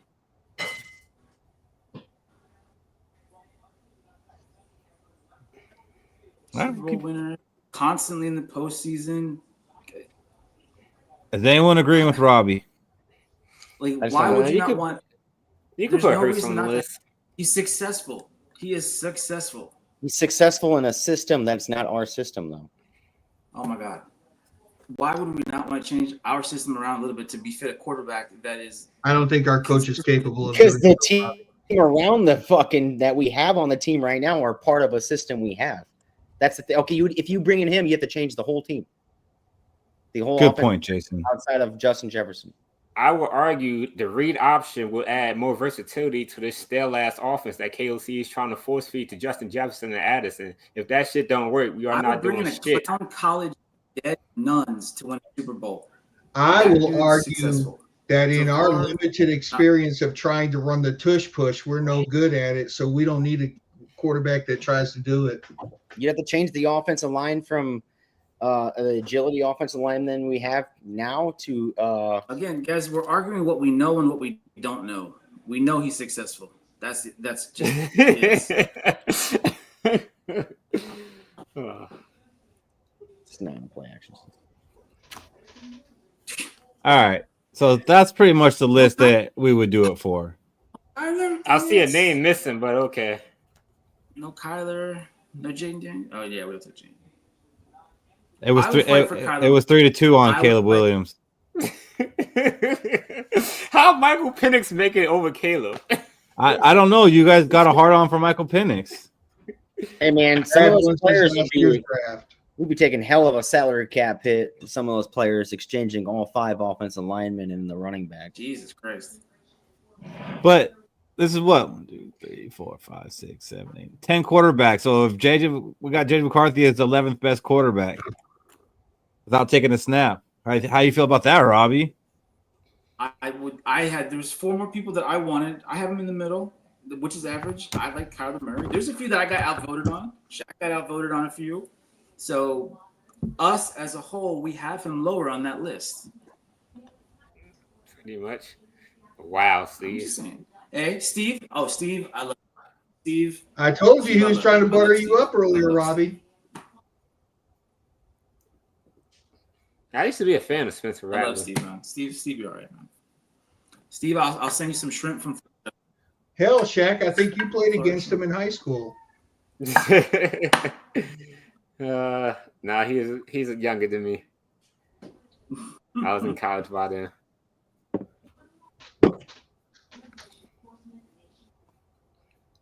Yeah. So how many quarterbacks are on this list that we have to play this year? 1, 2, 3. A lot. 4. Oh my God. All of them. No.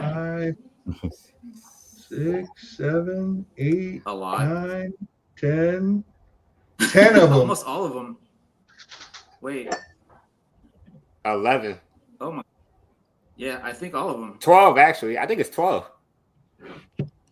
We don't even play 12 quarterbacks, I don't think. We got to play Russell Wilson, Dak Prescott, Jaden Daniels. No, I'm saying like who's on the list that we would have traded JJ McCarthy for. Oh, shit. I'm just looking at this list on the slide. Well, yeah, that first list had all the damn starters. Yeah, they'd all be on there. Oh, okay. I'm just saying we got to play against at least 5 of those quarterbacks that we would trade JJ McCarthy for. Yeah, Hurts. I gotta agree with. I gotta make Steve happy here. I would take Jordan Love during Toyota-thon over JJ McCarthy, but that's about it. We left off golf. That one's not registering for me. He's only goes good off. at Toyota-thon. Yeah, he goes off on Twitter. Yeah, so that's a pretty much a gauntlet of quarterbacks we got to face this year. 10 wins.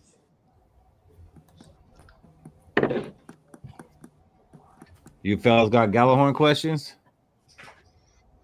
Yes. Yeah, mine deals with JJ McCarthy again. Like, Yes, I got mine ready. I need to get better at this. I'm drawing a blank on mine. Come on. there we go.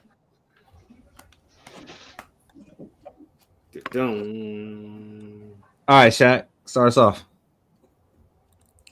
So, with practice in mid-swing and they're taking a break, who do you guys think will be, I don't know, they still consider it Mr. Mankato or whatever, but who do you think is going to be that player that rises just from practices to be either a good role player for the season or he steps up? And we're not currently talking about him, but as the practices go on, we're going to be talking about him entering preseason.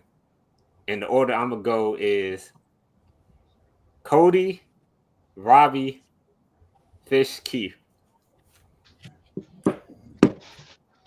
That's a good question. Glad Cody's got to go first. So, Miss anybody on this team, right? It has to be like, no, he's not, he can't be like a known, like, good player. He has to be like somebody who you see like rising up the ranks in practices that they're talking about in the media, and then potentially he could be a good player throughout the season or a good role player. So he can't be a known player. That means he can't take a snap in the regular season at all either. No, he can, but he has to be he hasn't ever, right? No, that's all he's saying. No, it's basically he could have taken a snap in the regular season, but it's not like he's a known all-star. A household name. Household Justin name. Jefferson and JJ McCarthy. It can't be. It wasn't a starter for us last year. JJ McCarthy fits the bill really well, but we won't even say. I would say Can't be a first round pick either. Can't be a first round pick either. I'm gonna say the tight end out of Pittsburgh, the Bartholomew guy. I think he's going to be something that KOC really likes. We're going to add those 3 tight ends into this. I think he'll be Mr. Mankato. I think he scores more than 4 touchdowns in these preseason games. And a hot take. Who's it going to be, Robbie?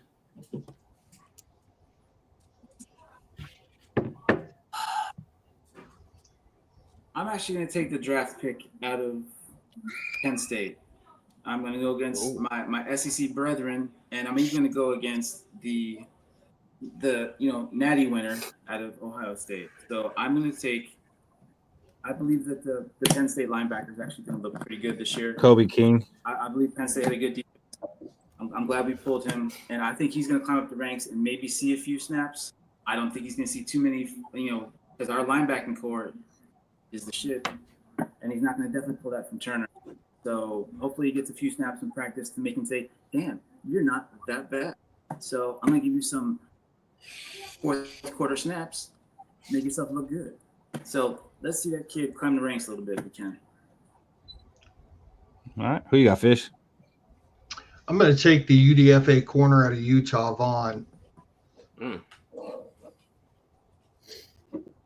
Yeah, I think Vaughn is the team over Okuda. Can mine be Isaiah Rodgers? So annoying. How many years he been in the league? I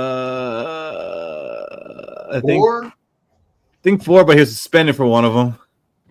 Yeah, he has starter experience. It can't be Isaiah. He actually. All right, you know what? I'm gonna go with Ingram Dawkins. Hey, okay, that's a good one. That's a solid. Because I think we weren't all like too happy with the draft pick at first when it happened, but I think there is some unlocked potential there. You weren't happy the day we took him, Cody. But yeah, go back. Okay, I mean we got a group chat. I can bring it up, and I will. Yes, we will. Unk just Barrett co-signed on you. Well, damn it! If he said it, then I don't want it anymore. But yeah, I'm gonna go with Ingram Dawkins. I think he's the one that shows out. I think he ends up being a part of the rotation this year. But even if he doesn't, he's like also really young too. So like he's a developmental piece. But I do think we start hearing his name a lot during the camp, since I can't have Isaiah Rodgers. What do you got for us, Cody? I already said mine. I got the tight end out of Pittsburgh. No, question. Oh shit! Around the Gallahorn. All right. JJ McCarthy is a bottom blank or top blank without Justin Jefferson. What? JJ McCarthy hype to the Please repeat that. JJ McCarthy is a bottom blank or a top blank in the NFL without Justin Jefferson.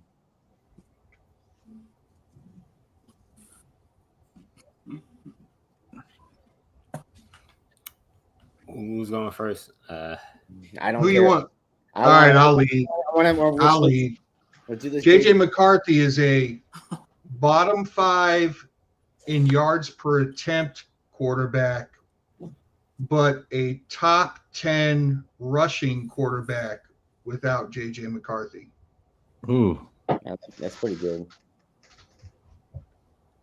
That's a good answer, Fish. Mm-hmm. It's almost like you were tipped off. Just not a Super Bowl winning quarterback.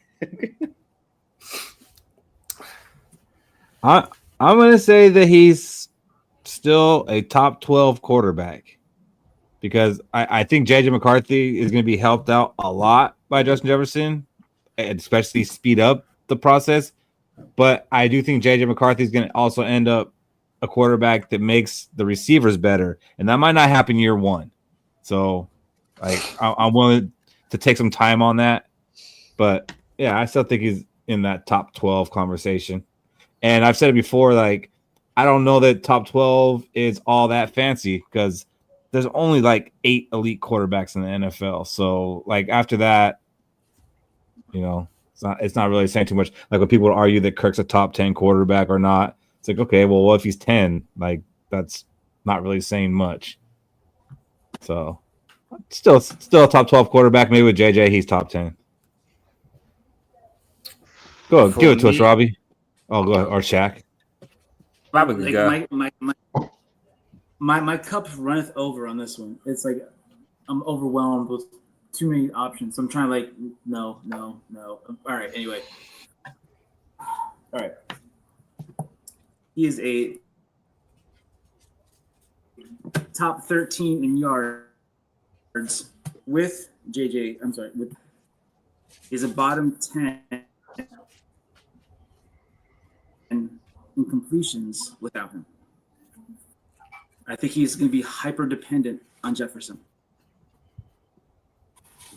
Hyper dependent on Jefferson. Fair answer. It is, but I disagree because I think he might have more completions without JJ being there, but less yards because then I think he becomes more dependent on the tight end and the running back. And the running backs, yeah. I think he goes to the safety blankets a lot more. So I hope I'm wrong. Then I'm wrong. Good. I hope the situation doesn't come up. Thanks. Cody be putting stuff into the air sometimes. Right. I'm just okay. There's a huge hype train around JJ McCarthy, and I'm for JJ McCarthy. I want JJ McCarthy to succeed. No, it was a fair question. Just sometimes the things you choose to say. It's got to make you all think. Like, man, I'm really hyped on JJ McCarthy. Yeah, it's got to make us think we're gonna suck this year. I gotta say something. Like, it brings out the truth in people, in my opinion. All right, what about you, Shaq? Without Justin Jefferson, I believe JJ McCarthy is a top 15 quarterback due to, I feel like KOC always put the quarterbacks in the right position to be in the top half of the league.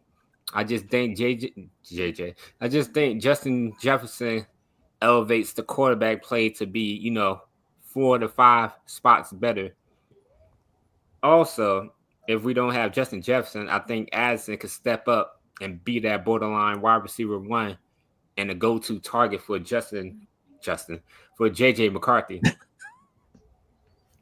Struggling with these JJs. You took the whole question. You took the whole question and ignored it, and then answered your own way. I think what will really determine. It's not like the other ones. I think what will really determine how good Justin Jefferson is Sam Darnold's season in Seattle, because we just watched Kirk Cousins' seasons melt in Atlanta. So, like, if Sam Darnold has a terrible season, we got to put more love and respect to what Justin Jefferson does for our quarterback. I don't care if you got to re-sign him and tell the dude's Jerry Rice's age and he's 37, and then cut him after that. Like, you have to keep Justin Jefferson at that point. He makes the quarterback for our team. All right. Mine's just a kind of stupid, basic, funny one.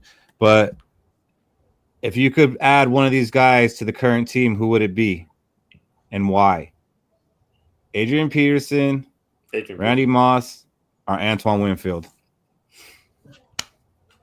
Cody? Antoine Winfield all day. Give me Antoine Winfield. The cornerback room is to my opinion, it's the weakest portion of this defense. And learning from B-Flow's defenses in the past, he always had that lockdown corner. He had who did he have over there? He had McCourty. He had Gilmore when he was fresh. He had Xavier Howard. He had the other guy from Miami that was over there as a lockdown corner. He's had lockdown corners to help you take half the field away, allowing for the pressure to get the quarterback. Now we're at the point with B-Flow's defenses. We need the pressure to get the quarterback to alleviate the stress from the cornerbacks. We need pressure from the defense line to get to the quarterback to alleviate pressure from the cornerbacks. We should have it swapped. We should have the cornerbacks locking their dudes down, at least half the field, one dude, and allowing the defensive line to get there at home. So it's all day Antoine Winfield. I knew that's where you're going because as soon as I said his name, you lit up. Oh yeah, like your background. I love me. Who's it for you, Fish? Randy freaking Moss. And it ain't even close. You cannot deny the talent. Yeah, sure, we've got a great offense, but that's the game changer. JJ McCarthy's in trouble. F it. Randy's out there somewhere. Imagine having Justin Jefferson as wide receiver 2. Come on now. Randy Moss. I like it. What about you, Shaq? Yeah, I was trying to decide between Randy Moss or Adrian Peterson because I know JJ McCarthy is the handoff merchant if you ask Robbie, and Adrian Peterson would give that to him. But I got to go with Fish. It's going to be Randy Moss due to if we have Randy Moss taking the top off the defense, imagine what Justin Jefferson, Addison, and TJ Hawkinson could do underneath. Including adding Aaron Jones on the play action, and we just dump it off to Aaron Jones because, they're going to have at least 2 corners or a safety in the corner covering Randy Moss deep, and then let Justin Jefferson, Hawkinson, and Addison eat underneath, or even let JJ McCarthy scramble here and there. Be a pretty damn good 3 deep. Which one are you taking, Robbie?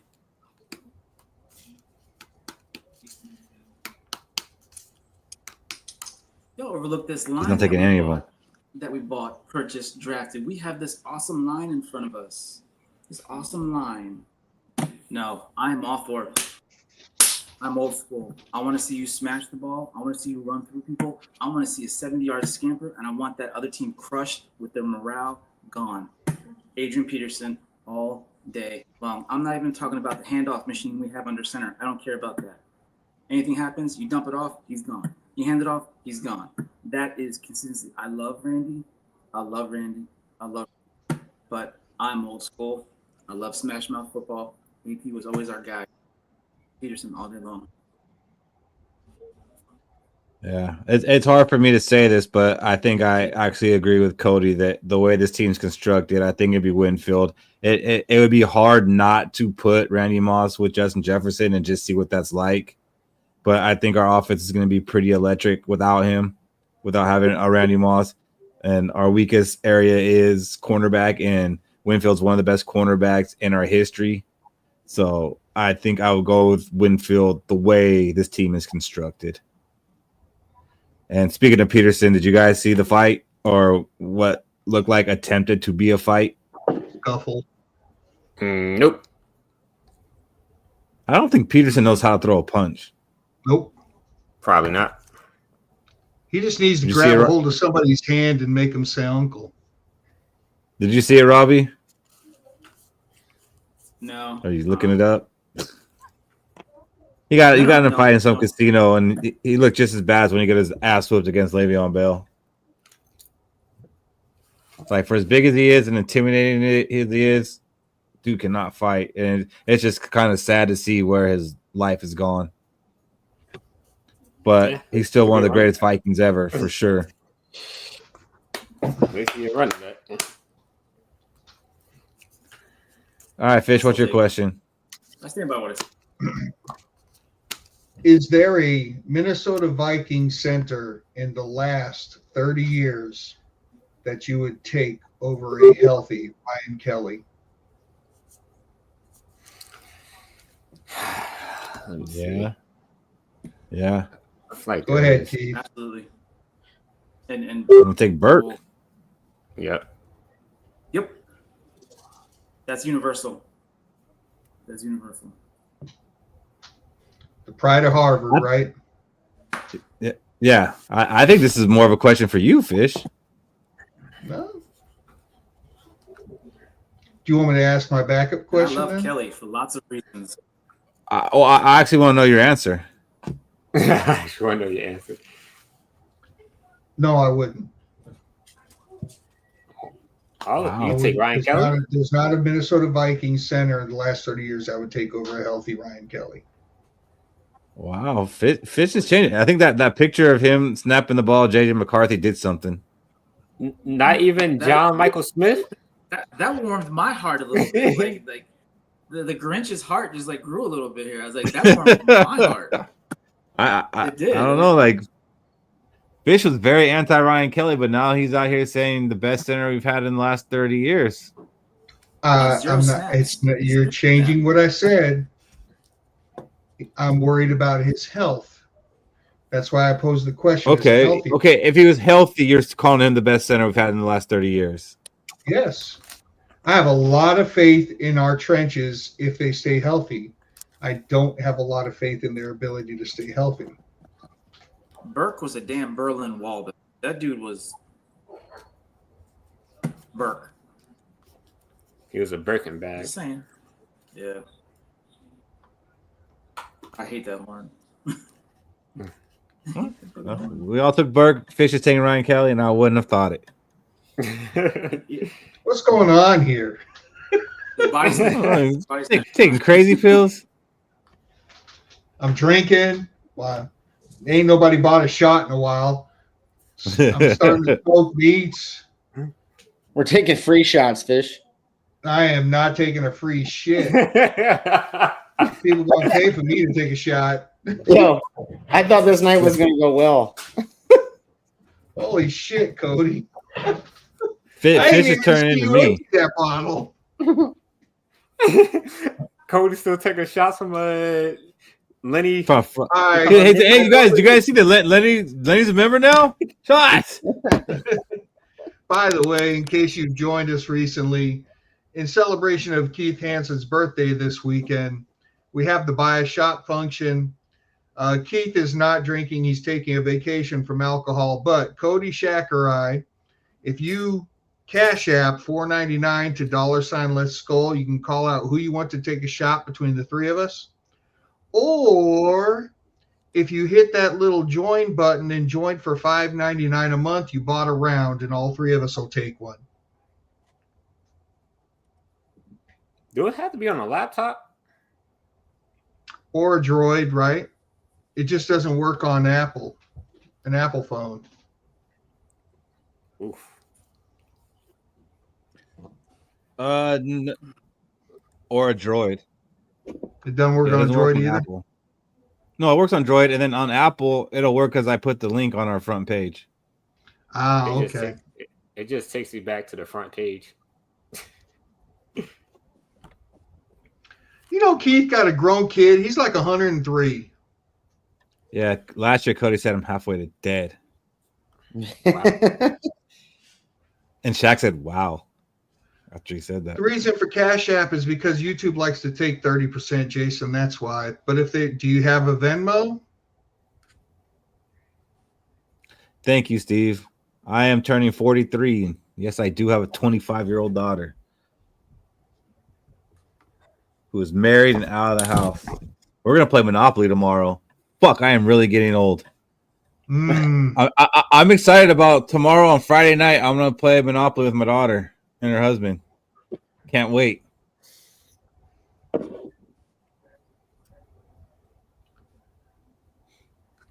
You got a question for the panel, Robbie?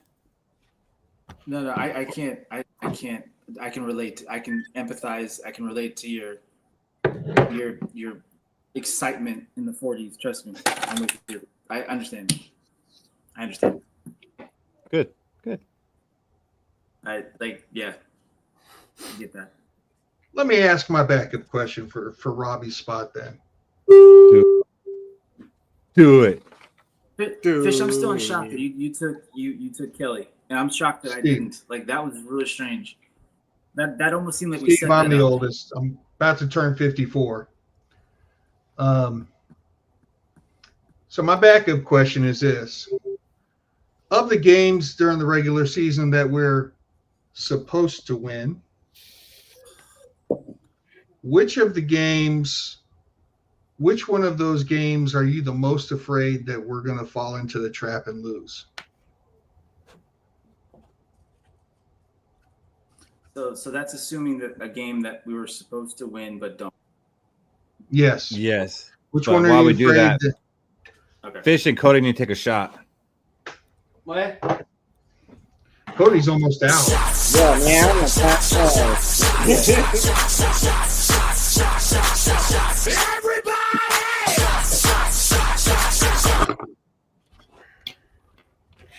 probably night time. 20 more years, fellas.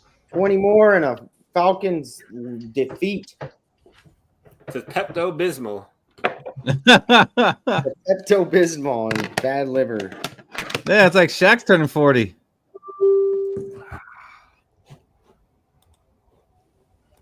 So I'll run through the games real quick, so a little refresher.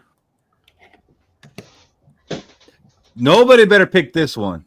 I said the one you're the most afraid we're going to lose.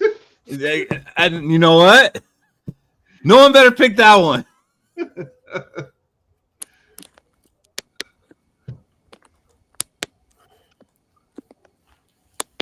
And the thing is, there's not too many games where it's like, all right, ahead of the schedule, I think we're gonna be favored. I'm going to say the Seattle game. I don't see any track. Seattle? Yeah. Oof. I hope we don't lose to Seattle. Sam Darnold going off on us. Well, he went 14-3 with them last year. Yada. I hope we don't lose to Seattle. Yeah, he's not going to be starting on week 13. He's going to be out. No, JJ McCarthy's gonna have a Sam Darnold-like game when Sam Darnold had to go against Kirk Cousins. Yeah, the only problem is Seattle got a better secondary than the Falcons. All right. I know I made a rule and said don't say it, but this is really mine. Mm-hmm. Of course it is. Like, all things aside, this is still the one. Like, I think we should beat the Falcons, but I could just see, it is the home opener. I think we're all going to be excited for it. It's going to be Penix against JJ McCarthy. I don't know, man. Like, this one just kind of scares me, and I do think we're going to be favored in it.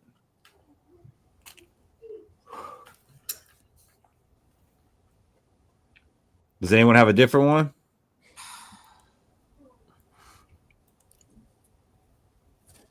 For me, What if it's Shedeur Sanders starting? For me, it'll probably be one of the Packers games because it's never a good feeling when we lose to the Packers. We'll never hear the end of it from Steve.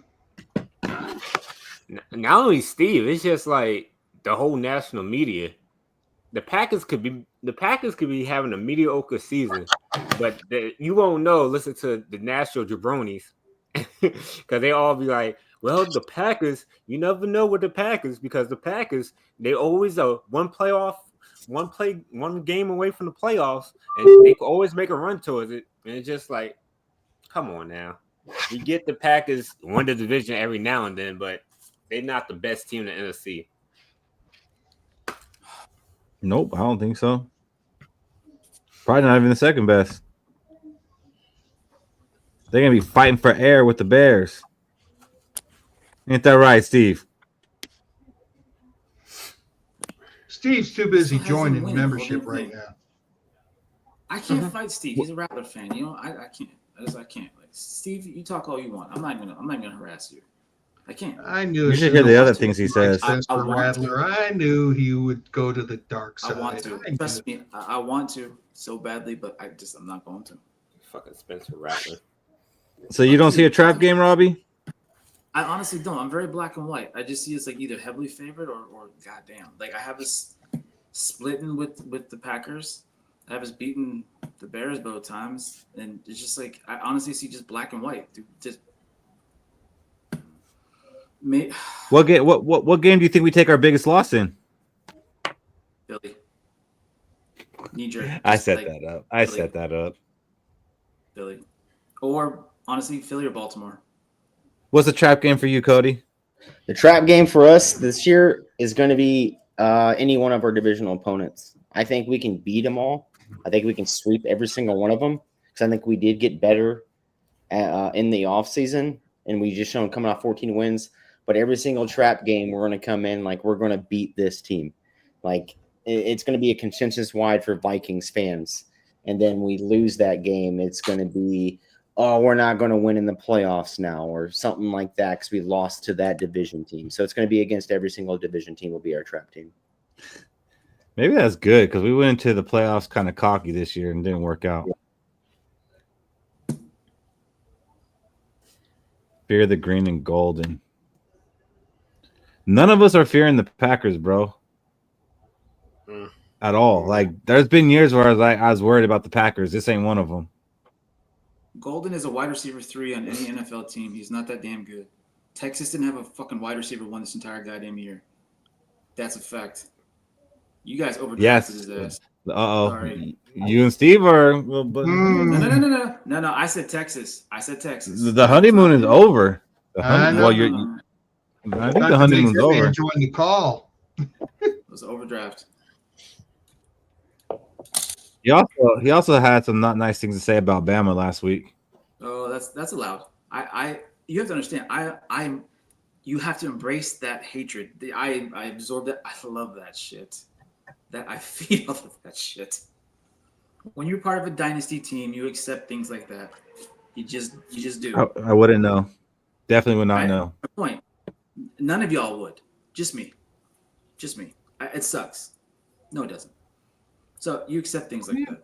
When you change your team to join that dynasty. I'm married into that shit. I can remember a dynasty. I definitely remember dynasty. Okay. Shaq, you have won a natty though. You've won one. Yeah, I know. You two in your lifetime. I think you had 2 in your lifetime. That's something. I don't think so. You got one. I'm sure. It's good. Good for you. UCLA hasn't come close. Nope, not even close. Nope. And they probably won't now that switching to the conferences. No, they actually might. Now they're giving participation trophies. And fucking all you gotta do is show up to make the damn playoffs. Shit. Oh, Steve, we are all thankful for that.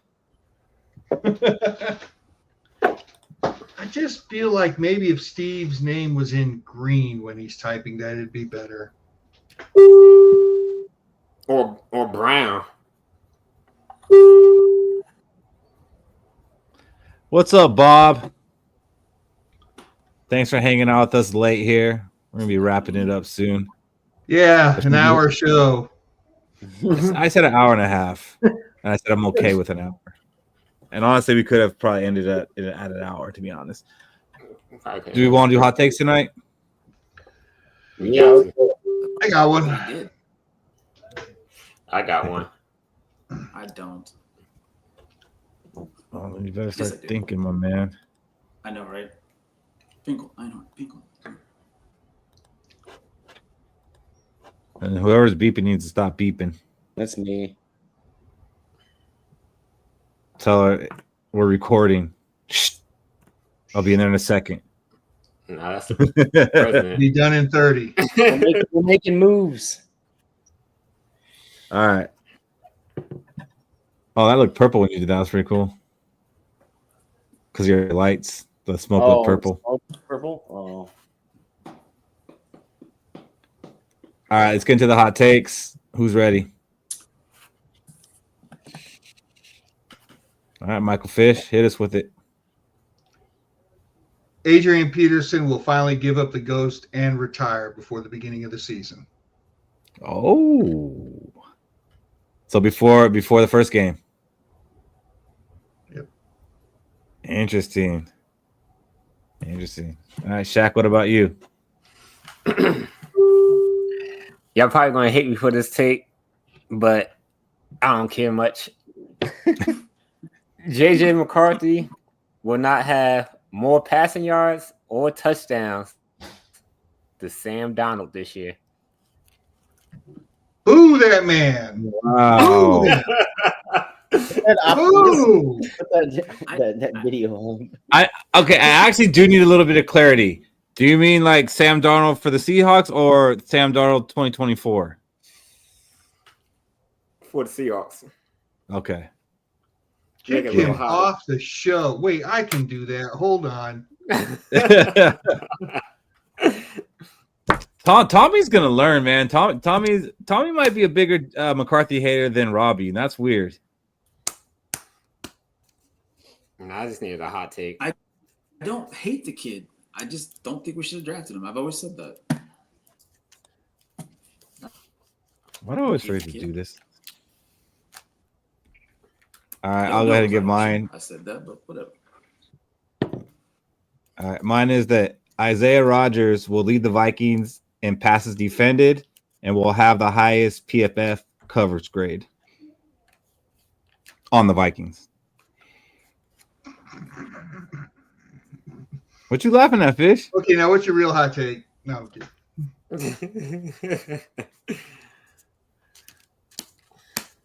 All right, what do you got, Cody?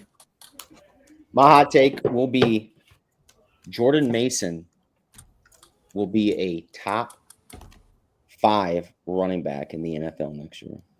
No way.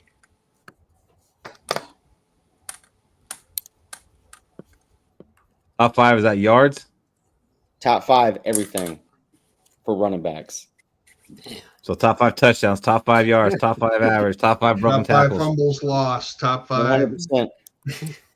Hey, Adrian Peterson, top 5 fumbles lost. He led the league a couple years in this. I'm only saying this because I think Aaron Jones gets hurt. That's my bad thing. Well, that will go against my hot take of last week. I was just about to say that means Aaron Jones is not starting. Yeah. Let's see, hold on. Are you moving now? Shaq? Can you give me one of these? Okay. All right, Robbie, what do you got?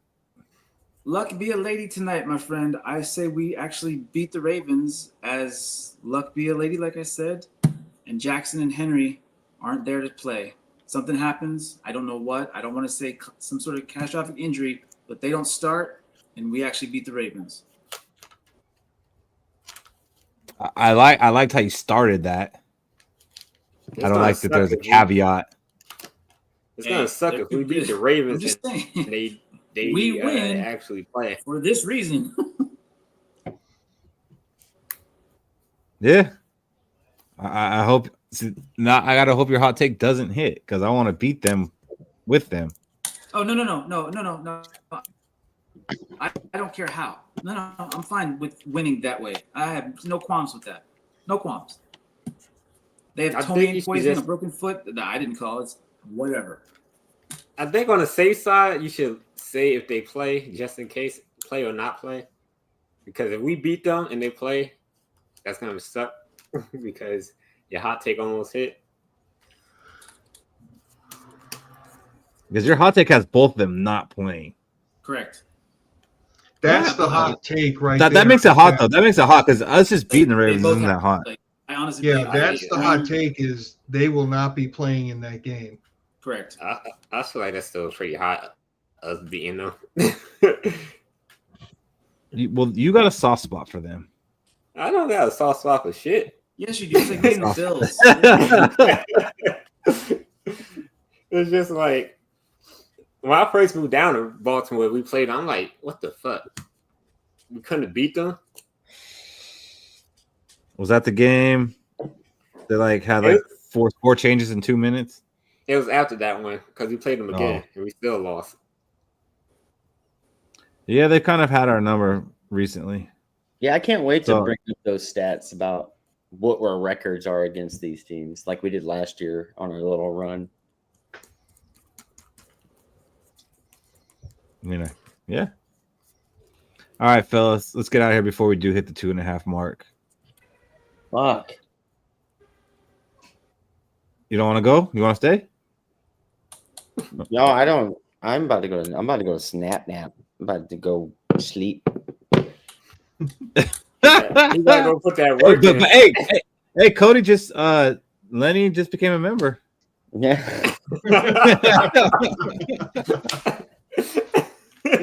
Cody Shaq's a member too. Yeah. All right, Fish. What's your final words? For Vikings fans, by Vikings fans. We're going to keep this thing going. Thank you for joining us, by the way, Robbie. Appreciate everybody that joined to watch us. Appreciate those who bought us a shot. Appreciate the couple of you who became members. We just got to keep this snowball rolling. We're going to be a little bit better than we were this week, next week. And, yeah, let's go. Let's go. What do you got, Shaq? I'd just like to thank everybody tuning in to another episode of Vikings Podcast. Thanks for all the donations and the memberships that just joined today. We'll be doing this all throughout the year. If you forget, you can always leave a like, subscribe on YouTube, and leave a comment. We always like comments on YouTube, even if you don't join the show live. You can also donate to the Cash App at Let's Go, or you can also send it to Buy Me Coffee, Let's Go. And I just want to say happy Juneteenth to everybody who celebrated. And thanks for joining us tonight, Robbie. Thank you, And guys. happy birthday, Robbie, Keith. what do you got? What do you got from us for the dark side? Thank you. If anybody has family out in Israel, prayers out to them. Hope they stay safe. And yeah, I hope everything goes well. Military around them. I hope, again, my prayers go out to those people, of course. But let's hope we get through this in one piece.